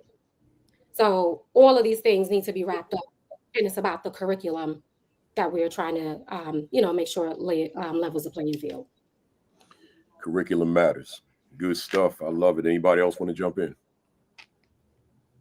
All right, let's go to let me go to Juliana. Where we at? Here we go. You said and I want to add something that I don't have on the screen with this, Juliana. You said controversial topics in math education like cold calling, a focus on explicit instruction and fluency practice. And you had specifically said to me you'd like for the other two to jump in here on to share their thoughts. So to share your thoughts on some of this as well. So Juliana, start us off, and I'm gonna leave my camera for a hot second, but start us off. Yeah, I thought this would be a really interesting question because in every teacher group that I'm a part of, teachers are always talking about this, and a lot of teachers have a lot of different opinions on cold calling, explicit instruction, and fluency practice. And I know sometimes like other leaders that I even talk with, like we don't even align. And I think it's okay to be shades of gray, and like we don't always have to just be black and white, and it's always tasks versus it's always explicit instruction. Like, so I honestly submitted this question to Kafele because I wanted to have this conversation with the two of you ladies, and I wanted to just put it out there. And so I would be curious, like, I'll go first with cold calling. I personally feel like cold calling is really important in a math class. And again, that might be really unpopular, but I just think, in my classroom as a white teacher with 100% Black and brown students, I didn't want my implicit bias to make me call on any sort of kid more than another kind of kid. And so I see when I'm coaching in schools, I see a lot of teachers who think they do cold calling well by saying, oh, I haven't called on this person, or, oh, this person's acting up, so I'm going to call on this person. And I just see cold calling being used wrong. And I think it's a powerful, powerful tool in mathematics because Dr. Seda, in your book, you talk about elevating student status. And we have to hear from every kid in order to elevate everyone's mathematical status in our classroom. We have to hear from them, and they have to be seen as doers and thinkers of mathematics. And in my mind, I feel like cold call is a great way to elevate the status of all students. And so I was curious to hear where both of you ladies stand on cold call specifically, because I am personally pro cold call because I think it helps especially white teachers overcome implicit bias. And I think that it just helps elevate everyone's status as mathematicians in a classroom. So I'm curious where you both are with that. Hey, before the two of you go, I had to deal with something outside. There was like noise outside, right? Give me just the real brief. What is cold call? Yeah. So for me, cold calling is, I have, index cards that I had my kids fill out with their names on it on the first day of school. I collected those. And then throughout the lesson, as a check for understanding, as true formative feedback, I would just use the cards instead of asking for volunteers, instead of expecting a choral response. I would just use my cards. Some teachers call them equity sticks, to make sure that I truly did hear from every single student, and that every single student knew that they might be called on for a question. And in my opinion, that's what cold calling is, when you're calling on them without them volunteering. Yeah, so so it's the same thing as with marketing, cold calling. Okay, I got you.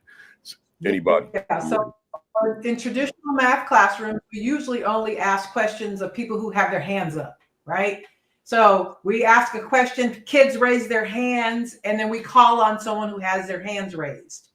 And so that means only the kids who are confident in their answers even put their hands up. And then it's kind of a competition. They're all trying to compete for the teacher's attention of who gets to be called on. And so generally only the stronger students get to talk in the classroom in a traditional math class. So kids who don't know, who don't understand, who may understand but aren't confident in their answers, they very seldom talk in class. And that increases the inequity, right? That increases and contributes to the achievement gap, because the stronger students continue to participate more, talk more in class, so they get smarter. And the kids who aren't as strong don't participate in class, and then they struggle more. So because of all those reasons, we have to disrupt that whole traditional only calling on volunteers.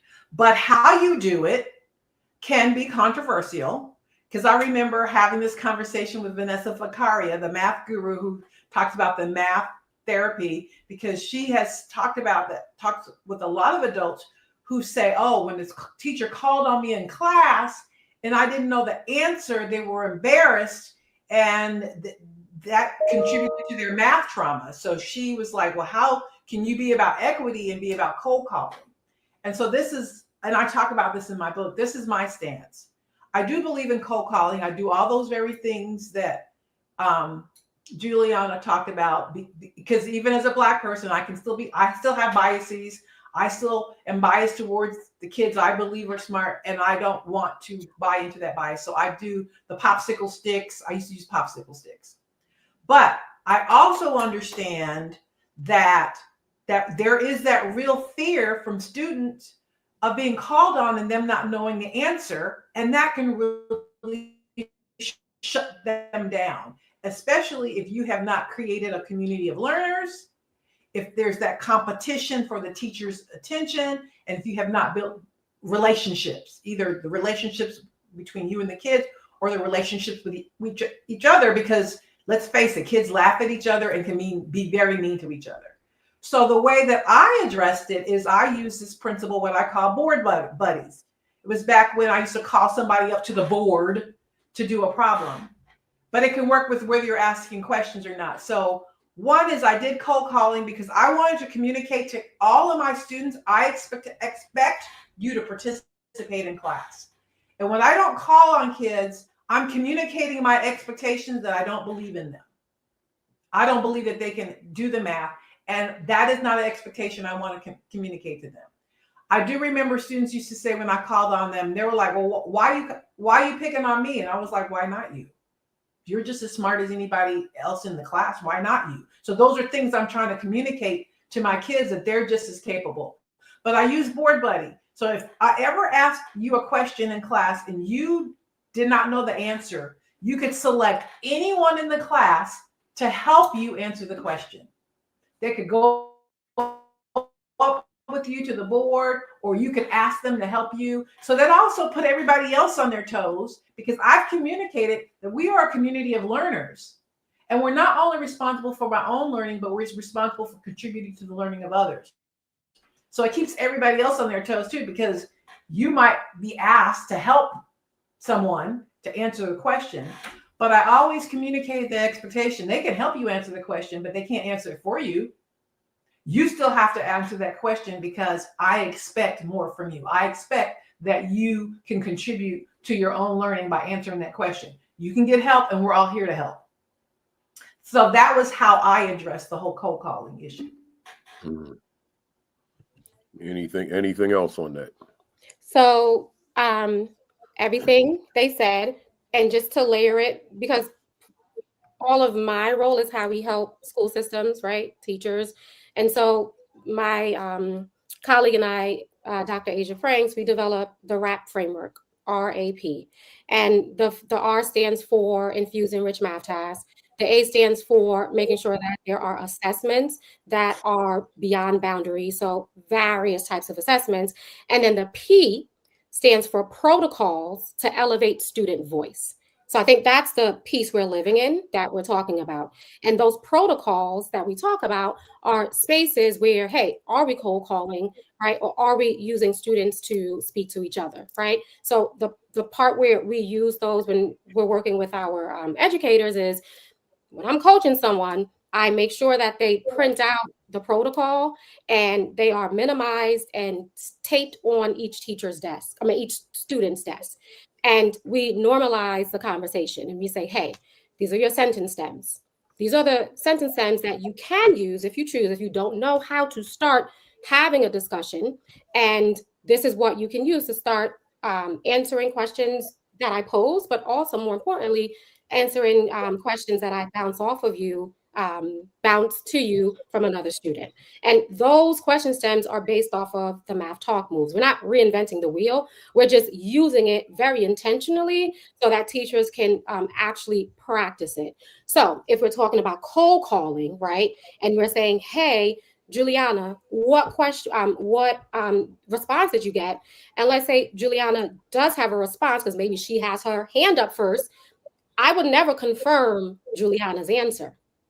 I'm going to bounce it to Jessica, who typically does not answer, right? So we are holding her accountable to be participating, but her accountability is not to give an answer because maybe she doesn't want to make a mistake, but her accountability is to, hey, do you agree or disagree with what Juliana says? And she's going to look at her sentence and practice. We're going to practice together, because I am also going to set the stage that I'm practicing too, because I want to learn how to serve you all better, because I may not, I realize that I haven't been allowing everyone to speak up in class. So I want to do better for everyone. And so that's how we set those norms. We show them that we are human too as educators, right? And that sometimes we have gaps. And it shows them that they have gaps too. And then we're all learning. So like math therapy, it's happening in the class, right? I feel like sometimes we are afraid to show our human side to our students, especially math educators, because for some reason, somebody told us that we are the smartest thing cooking, right? And that we don't make mistakes, when in all actuality, we are so compartmentalized that sometimes we forget that we are humans too. So I am speaking to us as educators, right, that we do not always know the answers, and math isn't just about the right answer. It's about helping students find the solutions, their solutions path. And math is messy.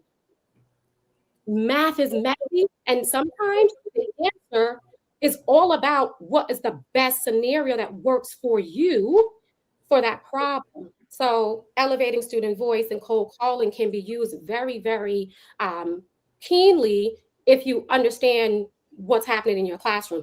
And then sometimes I'm just me, like, you got to answer this question because I know you knew it, right? But like what Dr. Pam says, like, you have to already know your relationship with your students, and you know that they're playing with you, and you are holding them to the level of excellence that you always will. So there's that piece too.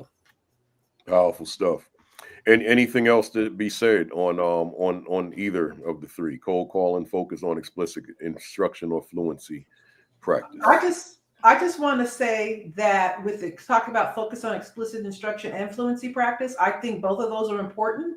It just has to do when you do it. If there's this idea that kids have to be fluent in procedures before we can apply it, before they see where it applies in real life.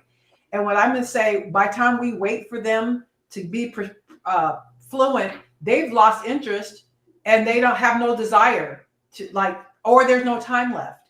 So it's real important that we give students the opportunity to make sense of the ideas first. It's like kids would never even want to learn to ride a bike if they didn't see someone riding a bike first.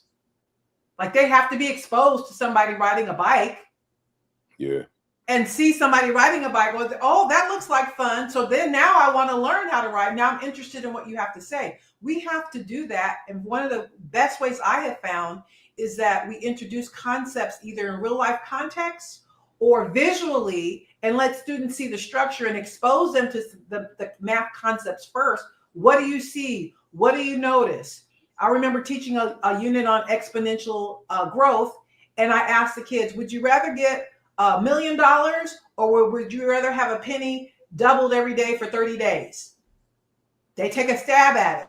That's them introducing. They get to defend their answers. And then I do the instruction, but I'm able to connect it to something. I do the explicit, I talk about the formulas and all that, but I connect it to something that they were already interested in.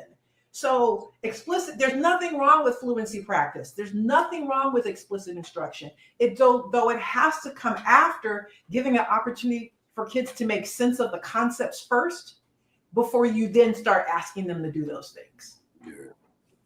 I love that because I feel like, a lot of times I hear such a focus in the math world on, the rich tasks and building thinking classrooms and all of that I think a little bit of this conversation of explicit instruction, I think some teachers are losing it. And I think a lot of the schools that I'm supporting, teachers want to do the tasks, but then they're struggling with some of the other situations when they let go of explicit instruction. And so I think it's just really amazing to hear you as an expert in this space say that it's okay to have both.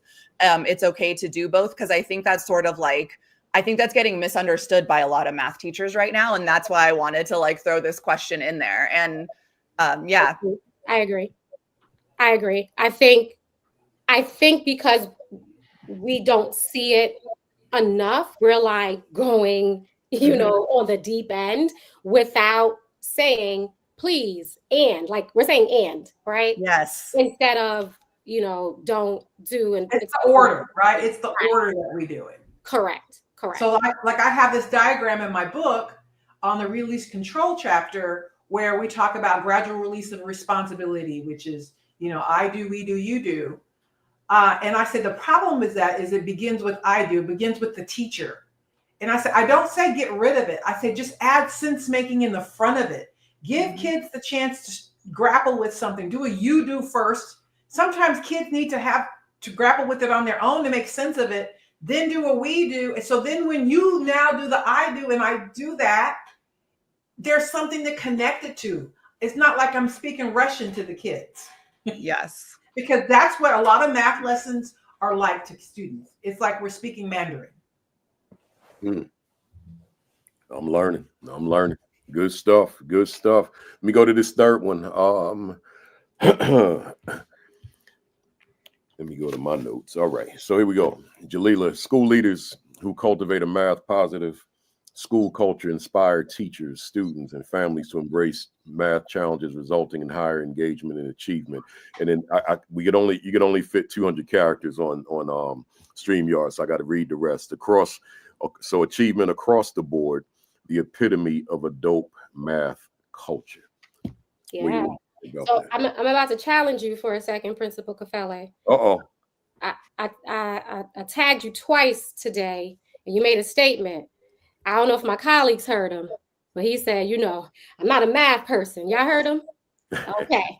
So I'm about to put you on the ringer real quick, and I'm about to tell you, you are banned from saying any part of that statement from today moving forward. I appreciate it. Thank you. Because whether you realize it or not, you are speaking something into the ethos that allows people, right, to opt out of things and Yeah. make it okay for them to feel like they don't have to go towards it and become better at it, because it's something that we practice, right? Yeah. Parents, if there are any family members out there that are also school leaders, right? You might put on a hat as a school leader and be like, you all can learn math. And then when you're at home with your child, like, I don't know nothing about this math, right? Mm. You might have a different mask that you put on. And those things might be true. Oh my God. I get it. And I'm talking therapy to you right now, right? I get it. I swear I get it. Believe me. Me and my mama be going through it, right? So what I'm saying is, Oh man. what we're doing is we're talking things that last for generations, and we are saying it is okay for us to not be good with math. And then we don't really say that about a lot of other subjects. And what I'm asking is to change your language, and we can talk about growth mindset, right? We can talk about things that we don't know yet, or we can say things like, hey, it was a challenge for me too, but I do believe that we can work on it together. It used to, right, mystify me, but I think I have built a skill set that I want to persevere and learn it now. Like, you can still agree that it was a challenge. That's not what we're saying. I don't want you to like lie, right? But you can also talk about what you want to do in the future, because it doesn't work. It's not ever going to work if we don't change our beliefs within ourselves. So that's for parents. When we talk about a positive math school culture, like, what's happening in your hallways, right? What is also happening in your math classrooms? Because there are math teachers that like math, but they're not positive about it. Like, if you're not walking into your classroom like happy to teach math that day, like, or you're not happy to teach like trigonometric functions, like, why are you doing it? You get what I'm saying? So like the culture of it has to be really, really cool. And so part of the experience was, what I realized is that there are all these stakeholders, right? But also the school itself is, in my opinion, like an actual person is taking on a personality. And for me, we need to create dope math environments. And so that brand kind of just took off. And part of that is making sure that we do dope math assemblies for our students. And my dope math assemblies has everything to do with students seeing, and I get real vulnerable. They see my college transcripts and see what life was like for me, and then see what life looks like for me now. Talk about what failing forward is, and all of those spaces in between of what we need to do to get better at it. So we're not really trying to get you to be like, I'm the best math person. No, we're trying to be realistic. Like, you can do it, and you can, persevere. And then finally, if we want our teachers to feel good about math, then if you're working with my company, Fraser Mathematics Solutions, and we are coaching you, then they all get a dope math educator t-shirt, because they need to feel like they're dope. They need to feel like, I believe that you're dope. Like, I believe that once you're done with me, you get your wings. Like, because I transform things, I transform minds myself. So passing through my doors, I'm breaking mindsets all the way. Whether we're going to argue about it or we're going to laugh about it, one thing's for sure: you come across my door, you're going to know something different about these kids that you did not know before. And I believe that makes you dope. So that's what the math positive culture is, what we're bringing to the table. I love it. I want to share a story that aligns with what Jaliyla was talking about. Principal Kafele, my mom did not take algebra. And I remember I created this math card game where they had to do some linear functions. And because she loves me, she was willing to play. And I remember the anxiety that she had about playing this game. She was like, I don't know this. And she was really nervous. But the way the game is set up, it's based on sense making. It's things that you try, you're matching. It's not multiple choice. You're trying to match cards. It's a sorting. It's a card sort.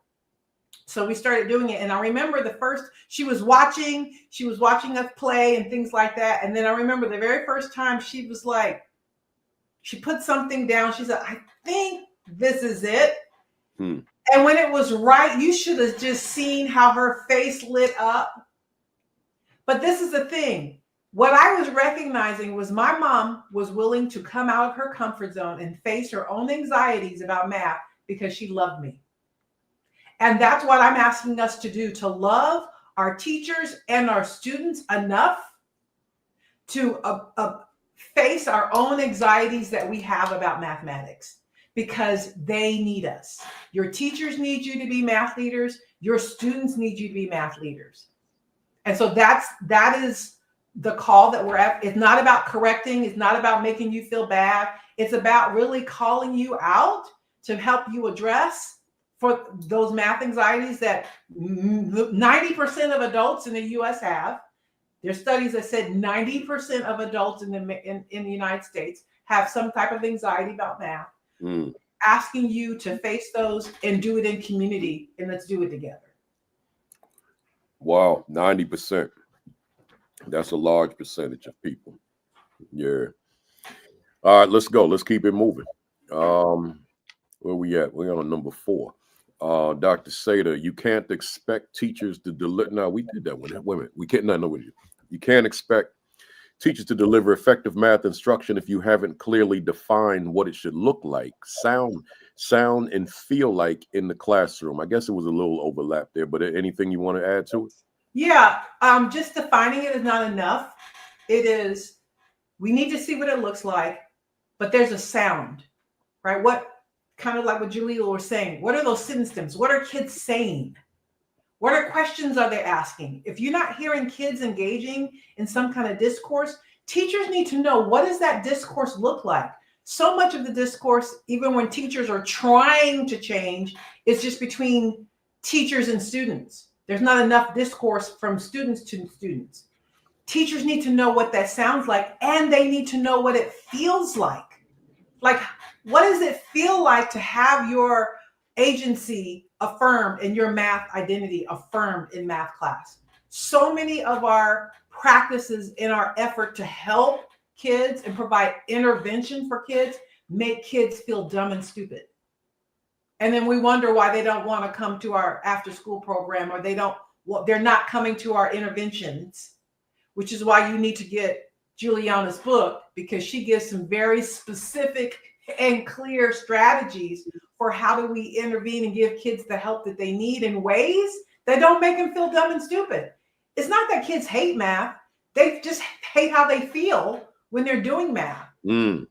And there's all kinds of research that says learning math is emotional, and we have to pay attention to the emotional aspect of learning math, because when we don't, I guarantee you, we're creating negative emotions for kids, and we're traumatizing them. Not so much that young people hate math, but how they feel when they're engaged in it. Yeah, that makes a lot of sense. I like that. I'm gonna keep that with me for a little while too. Yeah. Anybody want to add to that, or should I keep going? I mean, I don't want to add to it. I just want to give like a joyful moment, because I'm remembering, I don't know, just 2 weeks ago, like with a challenging educator, I'm just like saying, hey, you can, like, they can do this task, and they can do this task. And I'm remembering is these 2 boys, and they're in class and they're doing the task. And one of the boys, because we are very animated when we learn, and we get really excited. So he's next to one of his friends, and he's like, oh snap, I got it. I look, boom. Then he started hitting his friend on the chest. Boom. Put this in your calculator. Boom. What's the answer? Boom. Like, he's doing this, right? But it's rhythmic. You hear what I'm saying, right? So whatever's happening, that's making his brain move and tick, and it's allowing him to gain access to the problem. And then his sidekick is supporting him because he's putting it in the calculator, right? And so, like, they are dancing together, solving a math problem that the educator felt like they didn't know how to do. Like, the moment was so beautiful. I don't know, I'm getting joy right now because our students can learn math. We just gotta like do it. You know Yeah, what I yeah, yeah. Yeah, I'm glad you brought that cultural aspect to it in that regard as well, because I can certainly identify with that, not only in terms of students but in terms of myself. So yeah, good stuff, good stuff. I'll keep moving. Juliana said, how do we support teachers to have high grade level expectations of all students, even when they are scoring below grade level? Floor is yours. Yeah, awesome. I felt like this was also another good question to kind of hear from everyone on. And there's such a situation of like, teachers always saying, well, my kids don't know how to multiply. How am I supposed to teach multi-step equations? My kids don't know how to add and subtract negative numbers. How am I supposed to teach quadratic functions? Hearing that a lot in the 6-12 space. And that I just wanted to point out, and we sort of already talked about it, about the labeling students can't X, students can't Y, and what that does to what we think about what students can do. And it limits our own expectations and beliefs about what kids can do. And just wanted to bring to light that, sort of following Dr. Julie Dixon talks about just-in-time scaffolding and bringing that just-in-time idea of, sure, I also never had a 9th grade class come to me that knew how to multiply, but we did get to quadratic functions because I believe that they could access grade level content. We just have to like build a staircase. Like I see that just-in-time approach as like a staircase of where my kids are, but I need to get them here because I believe they can succeed here. So what's the next step that they need to take from where they are? What's the step after that? What's the step after that? And then all of a sudden we're at grade level. And we're not doing this for months at a time, units at a time. We're not doing this in a remedial course. We're doing this just in time or just ahead of the grade level content.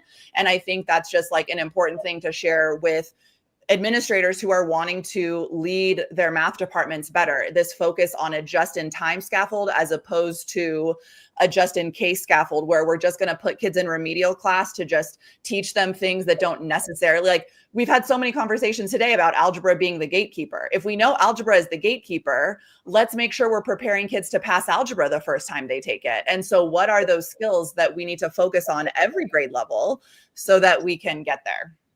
So, Juliana, right before your whole plan, I would actually ask them a few questions, the teachers, and I would say, hey, let me see your college transcripts. Let me see if you passed your math praxis the first time, right? And like find out if they got all A's the first time they took that course. Did they have to repeat that course, right? Because what we probably need to do first is hold up a mirror.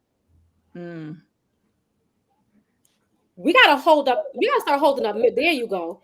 We have to start holding up mirrors to ourselves as well as the educators that we are supporting, because we cannot say, how do we get them to learn?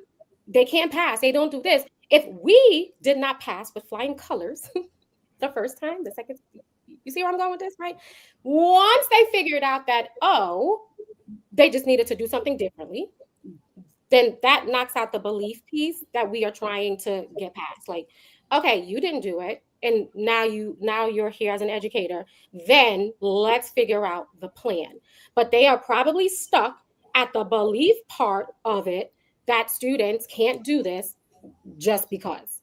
We got to hold up the mirror and challenge them to show me that they did something brilliantly the first time that they've learned it before we can start like assessing other pieces. So I really want to speak to the leadership piece of that as well, because while it's easy for us to oftentimes see teachers when they get into deficit mindsets for students holding up that mirror, sometimes it's not very easy for us to see the deficit lens that we have for teachers. And one of the things I've realized when teachers say my kids can't, what I hear, my ears hear, I don't know how. That's what I hear.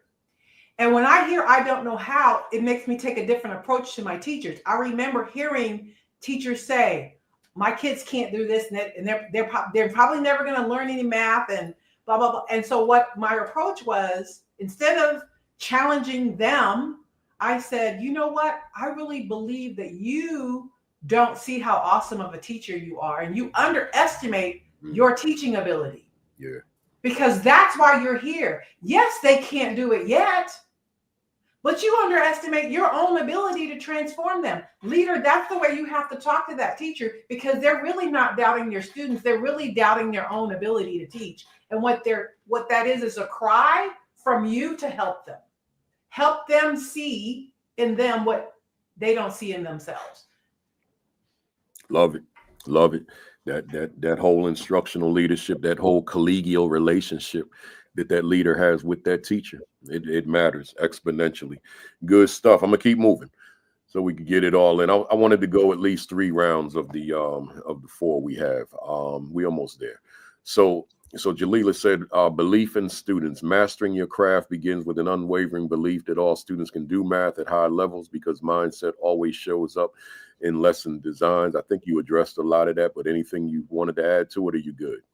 No, I'm good. All right. We create the lessons that we believe students can do. That's it. So we keep moving. Number 7. Dr. Seda said teachers can't connect math to students' lives if they themselves were never taught to truly understand it. Leaders must fill those gaps through meaningful professional learning. And I think the emphasis probably in terms of what we have said is that second part. Leaders must fill those gaps through meaningful professional learning, but you handle it however you want. Yeah, I want to address, this is the dirty little secret that we all know, it's the elephant in the room, that many teachers don't understand their content. And as the leader, you have to address that. Yeah. You cannot just hire good teachers. You cannot just hire your way into good math outcomes, especially now with the fact that teachers are leaving in droves. You're going to have some structures in place, one, to make sure that your teachers understand conceptually the content that they're supposed to be teaching, because they can't respond to students' questions when students don't understand. That textbook is not going to help them respond to those individual students' issues. They have to understand the math conceptually enough to know how to ask, when a kid asks a question, to turn it back to another question that keeps the kids thinking. You can't do that if you don't understand the math yourself. That is why it's important for teachers to be doing PLCs. I have found what great way is getting teachers to do the math themselves in those PLC times collaboratively is a way to address that content. Because you can't go to teachers and say, you don't know your content, especially secondary teachers. They're not going to listen to you. But when they're learning and they're doing math together, then what they don't know comes out, but it's a safe environment. You created that collegial environment to where they can ask and challenge each other and ask questions and truly understand, because you've created that safe space for them to be vulnerable to admit, oh, I never knew that. Oh, they didn't teach me that in college. I've heard teachers say those kinds of things when we're doing math collaboratively. And it is up to the leader to create those safe spaces for teachers to be able to learn the mathematics. And if you're not doing that as a leader, then we're pretending that they all know their math. But I've been instructional coach, university supervisor. Every class, every school I have ever gone to, I've seen teachers teaching math wrong at some point in time. It's just, it comes with the territory. And you as a leader have to have structures in place to be able to address that. Good stuff. Anybody want to chime in? So this next one, Juliana, I actually typed the wrong one that I wanted. Let me just read it to you. It was the last one you gave me: a switch to mastery-based and standards-based grading instead of the traditional 0 to 100% system. Expound on that for us. Yeah. And I feel like I probably need to hop off in like 10 minutes to get back to my mom life. I just wanted to throw that out there if I disappear. Yeah, no problem. But I think so my second year in the classroom, my principal made us all change to mastery-based grading, standards-based grading. And it was a huge shift for all of us. And just working through that and seeing, I was sold on mastery-based grading and standards-based grading for every year in the classroom after that, because I saw the direct motivation that it gave to kids. And so I just wanted to throw that out there as like so many times that traditional 0 to 100% grading system, math teachers love to math, right? We love to be like, oh, they got 1 out of 7 questions. They're going to get a 12% in the grade book, a 23% in the grade book, a 40% in the grade book. We also know that a kid can like never recover from that. We know that like if they get a 12% in the grade book for an assignment and then they get 100%, the average of those numbers is below 50. They are still failing the class. And that provides absolutely no motivation to kids who are struggling. Maybe they missed class for a good reason. Maybe they missed class for a not so great reason. But if we care about the kids and we want to give them a chance, penalizing them for getting putting a 12% in the grade book is just going to completely kill their motivation. And I had the personal transformation of like when I switched to mastery-based grading and standards-based grading, there was never that 12% in the grade book again. And to see the kids' motivation just soar, oh my gosh, it was transformative. So I feel like a key part of all of this, we can do everything that we can do, the rich tasks, we can do all the participation strategies, we can do all these things, we can build the community. But if at the end of the day, the kids aren't seeing a passing grade, eventually that motivation is going to die out. And I think that assessment piece is a crucial part of your leadership for your math team. The assessment piece as a motivation piece for the kids has to be part of the conversation. I totally agree with that. I believe that if what assessment practices you have are demotivating and don't motivate kids to continue during the hard work of learning, because learning is hard work, if it doesn't do that, then we're shooting ourselves in the foot and we really have to rethink it. And I believe good assessment practices have to involve 3 things. Number 1, kids need to be able to answer these 3 questions. 1, what am I doing well? What needs to improve? And what do I do to get better? If kids can't answer those 3 questions, then we have to rethink our assessment practices because the kids have to know what worked. Unfortunately, a 12% doesn't answer any of those questions. It just labels kids, they just see it as I'm a failure. That's what they see. Even with the good kids, when they get an A, they think, oh, I'm excellent. It tells them nothing about their learning.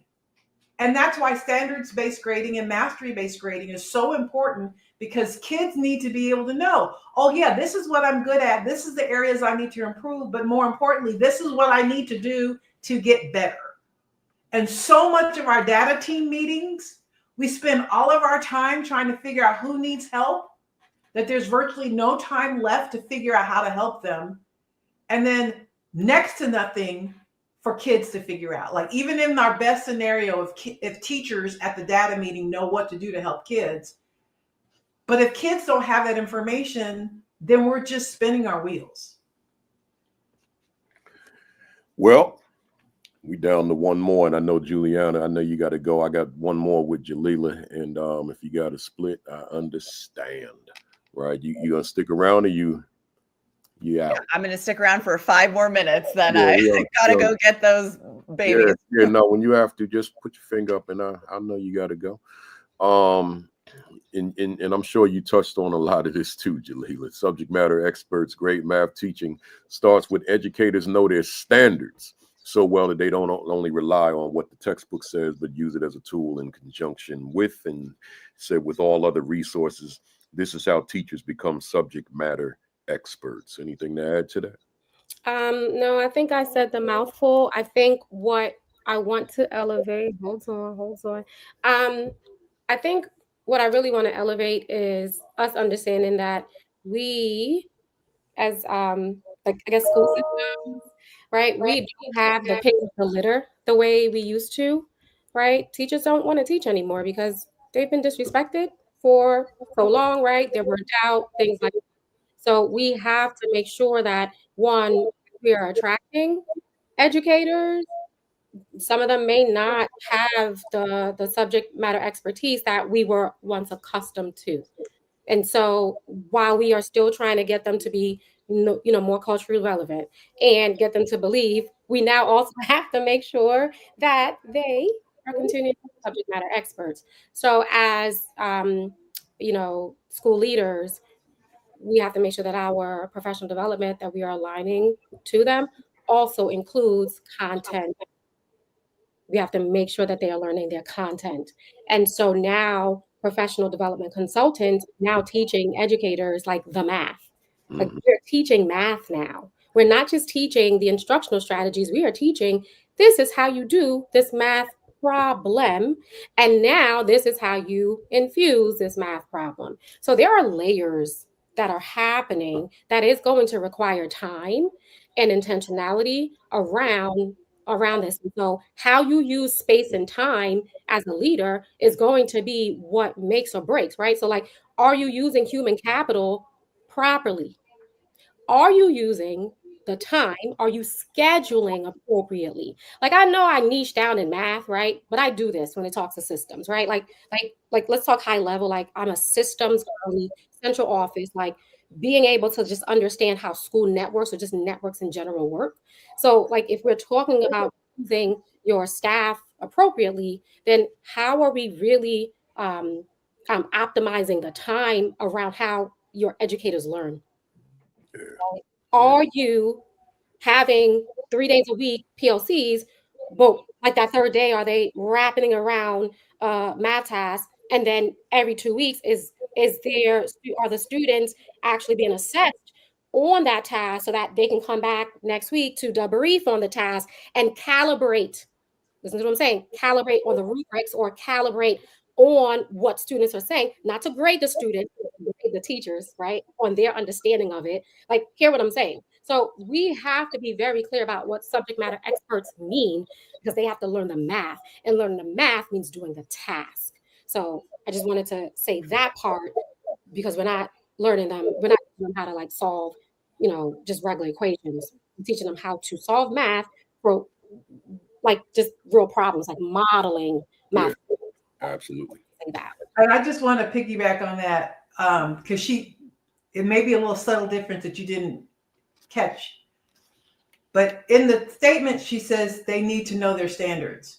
But you can't know your standards without knowing the math. And too many times we settle for unpacking the standards by identifying the verbs and understanding whether it's fluency or conceptual understanding. And we think that because teachers can do that, we assume they understand the mathematics of the standards. And I live in Georgia, and I started teaching in the early 90s. And since then, Georgia has changed their math standards 6 times.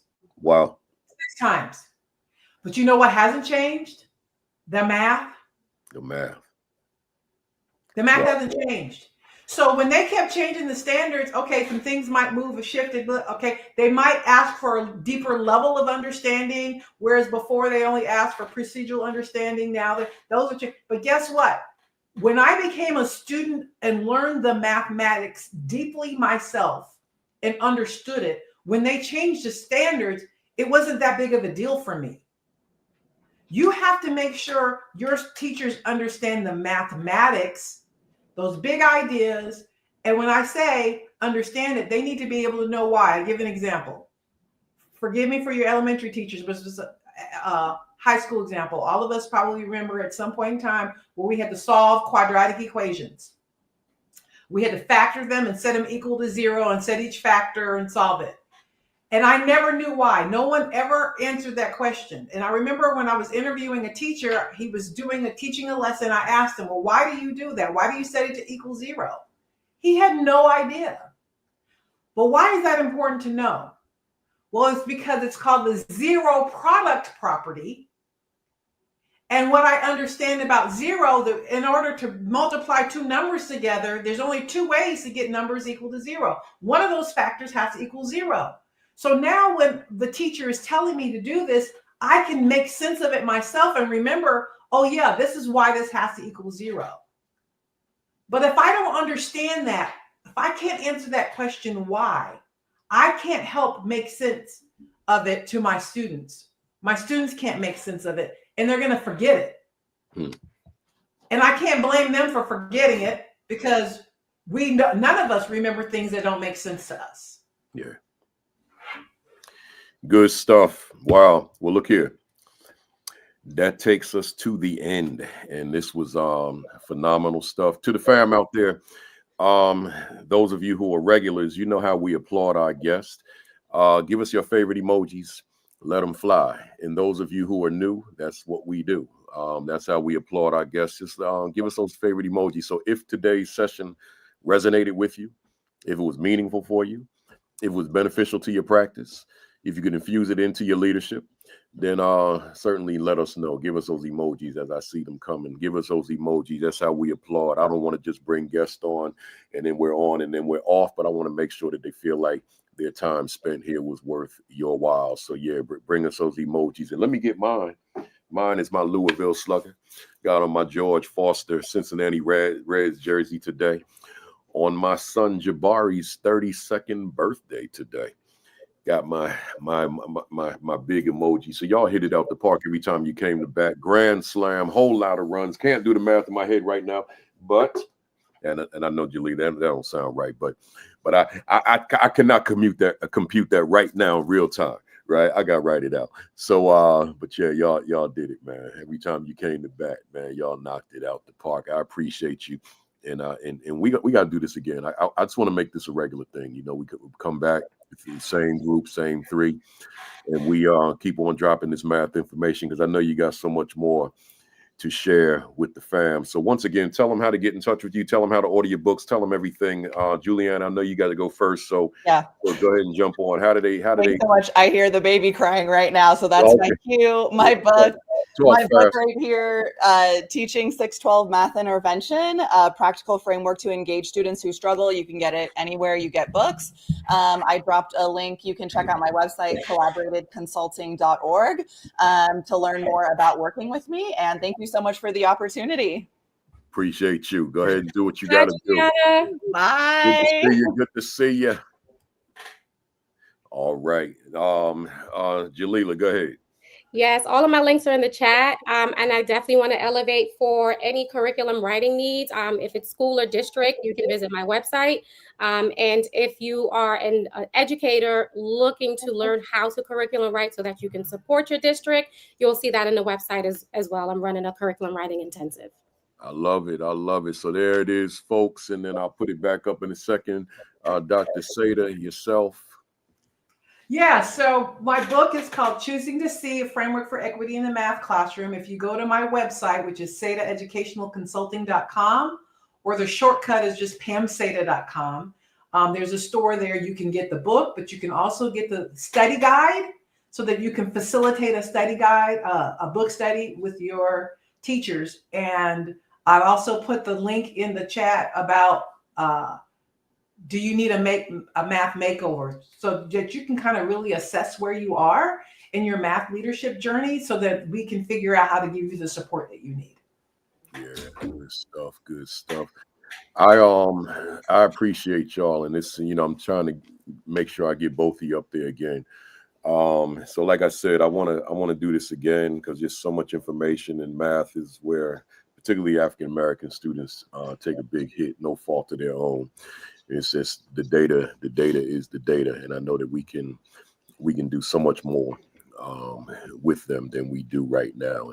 But that kind of the professional learning that's provided, such as what we had here today, and what they can do, fam, when they come to your school, your district, your conference, whatever the case may be, would be so much more than what they can do on a live stream on a Saturday morning. So once again, let me put Dr. Seda up there. There it is, right? So get in touch with all three, actually, and bring them on in. We didn't do the rapid fire because we did it last time. So I'm just going to close this out. Y'all stay on for a minute so we can talk off mic. But let me close it out, fam. Appreciate you being here for week 265. I'm a little under the weather, but I'm good. And I should be stronger than ever by next week for 266. And, you know, I bring Dr. Marcus Jackson on every last Saturday. We're coming out of his latest book. So we're going to be talking school culture next Saturday. So join me at 10:55 Eastern time. But before you join me, 10 o'clock, Facebook Live, join Sean Hurt the school turnaround principal, followed by 10:30, Create and Educate with Dr. Sheikah Houston and Dr. Tammy Taylor. Then join me at 10:55, but then don't stop there. Sunday, 5 o'clock Eastern Time, Josh Tovar and Dr. Madi Moreno, right? So join all four, the Fantastic Four. Make sure that you pick up a copy of this, What is My Value Instructionally to the Teachers I Supervise, but also, excuse me, make sure that you visit principalcafele.com. Scroll down to the Instructional Leadership Academy Institute that I'll be doing on July 15 and 16 in Raleigh, North Carolina. I want you to be in the building with me 2 days from 9 to 4. We're talking instructional leadership. So once again, go to principalcafele.com, scroll down to where it says Instructional Leadership Institute, click the link, and I'll see you July 15 and 16. And speaking of such, all my summer conferences, I haven't put them on my website, but most of you would know these conferences. ASCD is coming up. I'll be doing a pre-conference and a regular breakout. United Conference, which is a dual NASSP, NAESP. I'll be with them in Seattle. ASCD is in San Antonio. Dr. Seda and I will be at SREB, Making Schools Work. That's in July. Come on out to that. The Innovative School Summit, I'll be in Vegas. I don't know these dates, but I know I'll be there. So the Innovative School Summit in July, I'll be there. I'm sure I'm leaving something out, but there are others. Just I post them when they come up, right? So just be on the lookout. The Corwin Conference, Corwin Books. They have a conference, but they're calling it something else. But it's sponsored by Corwin. That's at the MGM Grand. So imagine that the kid from East Orange going to be keynoting at the MGM Grand. Can you imagine that, y'all?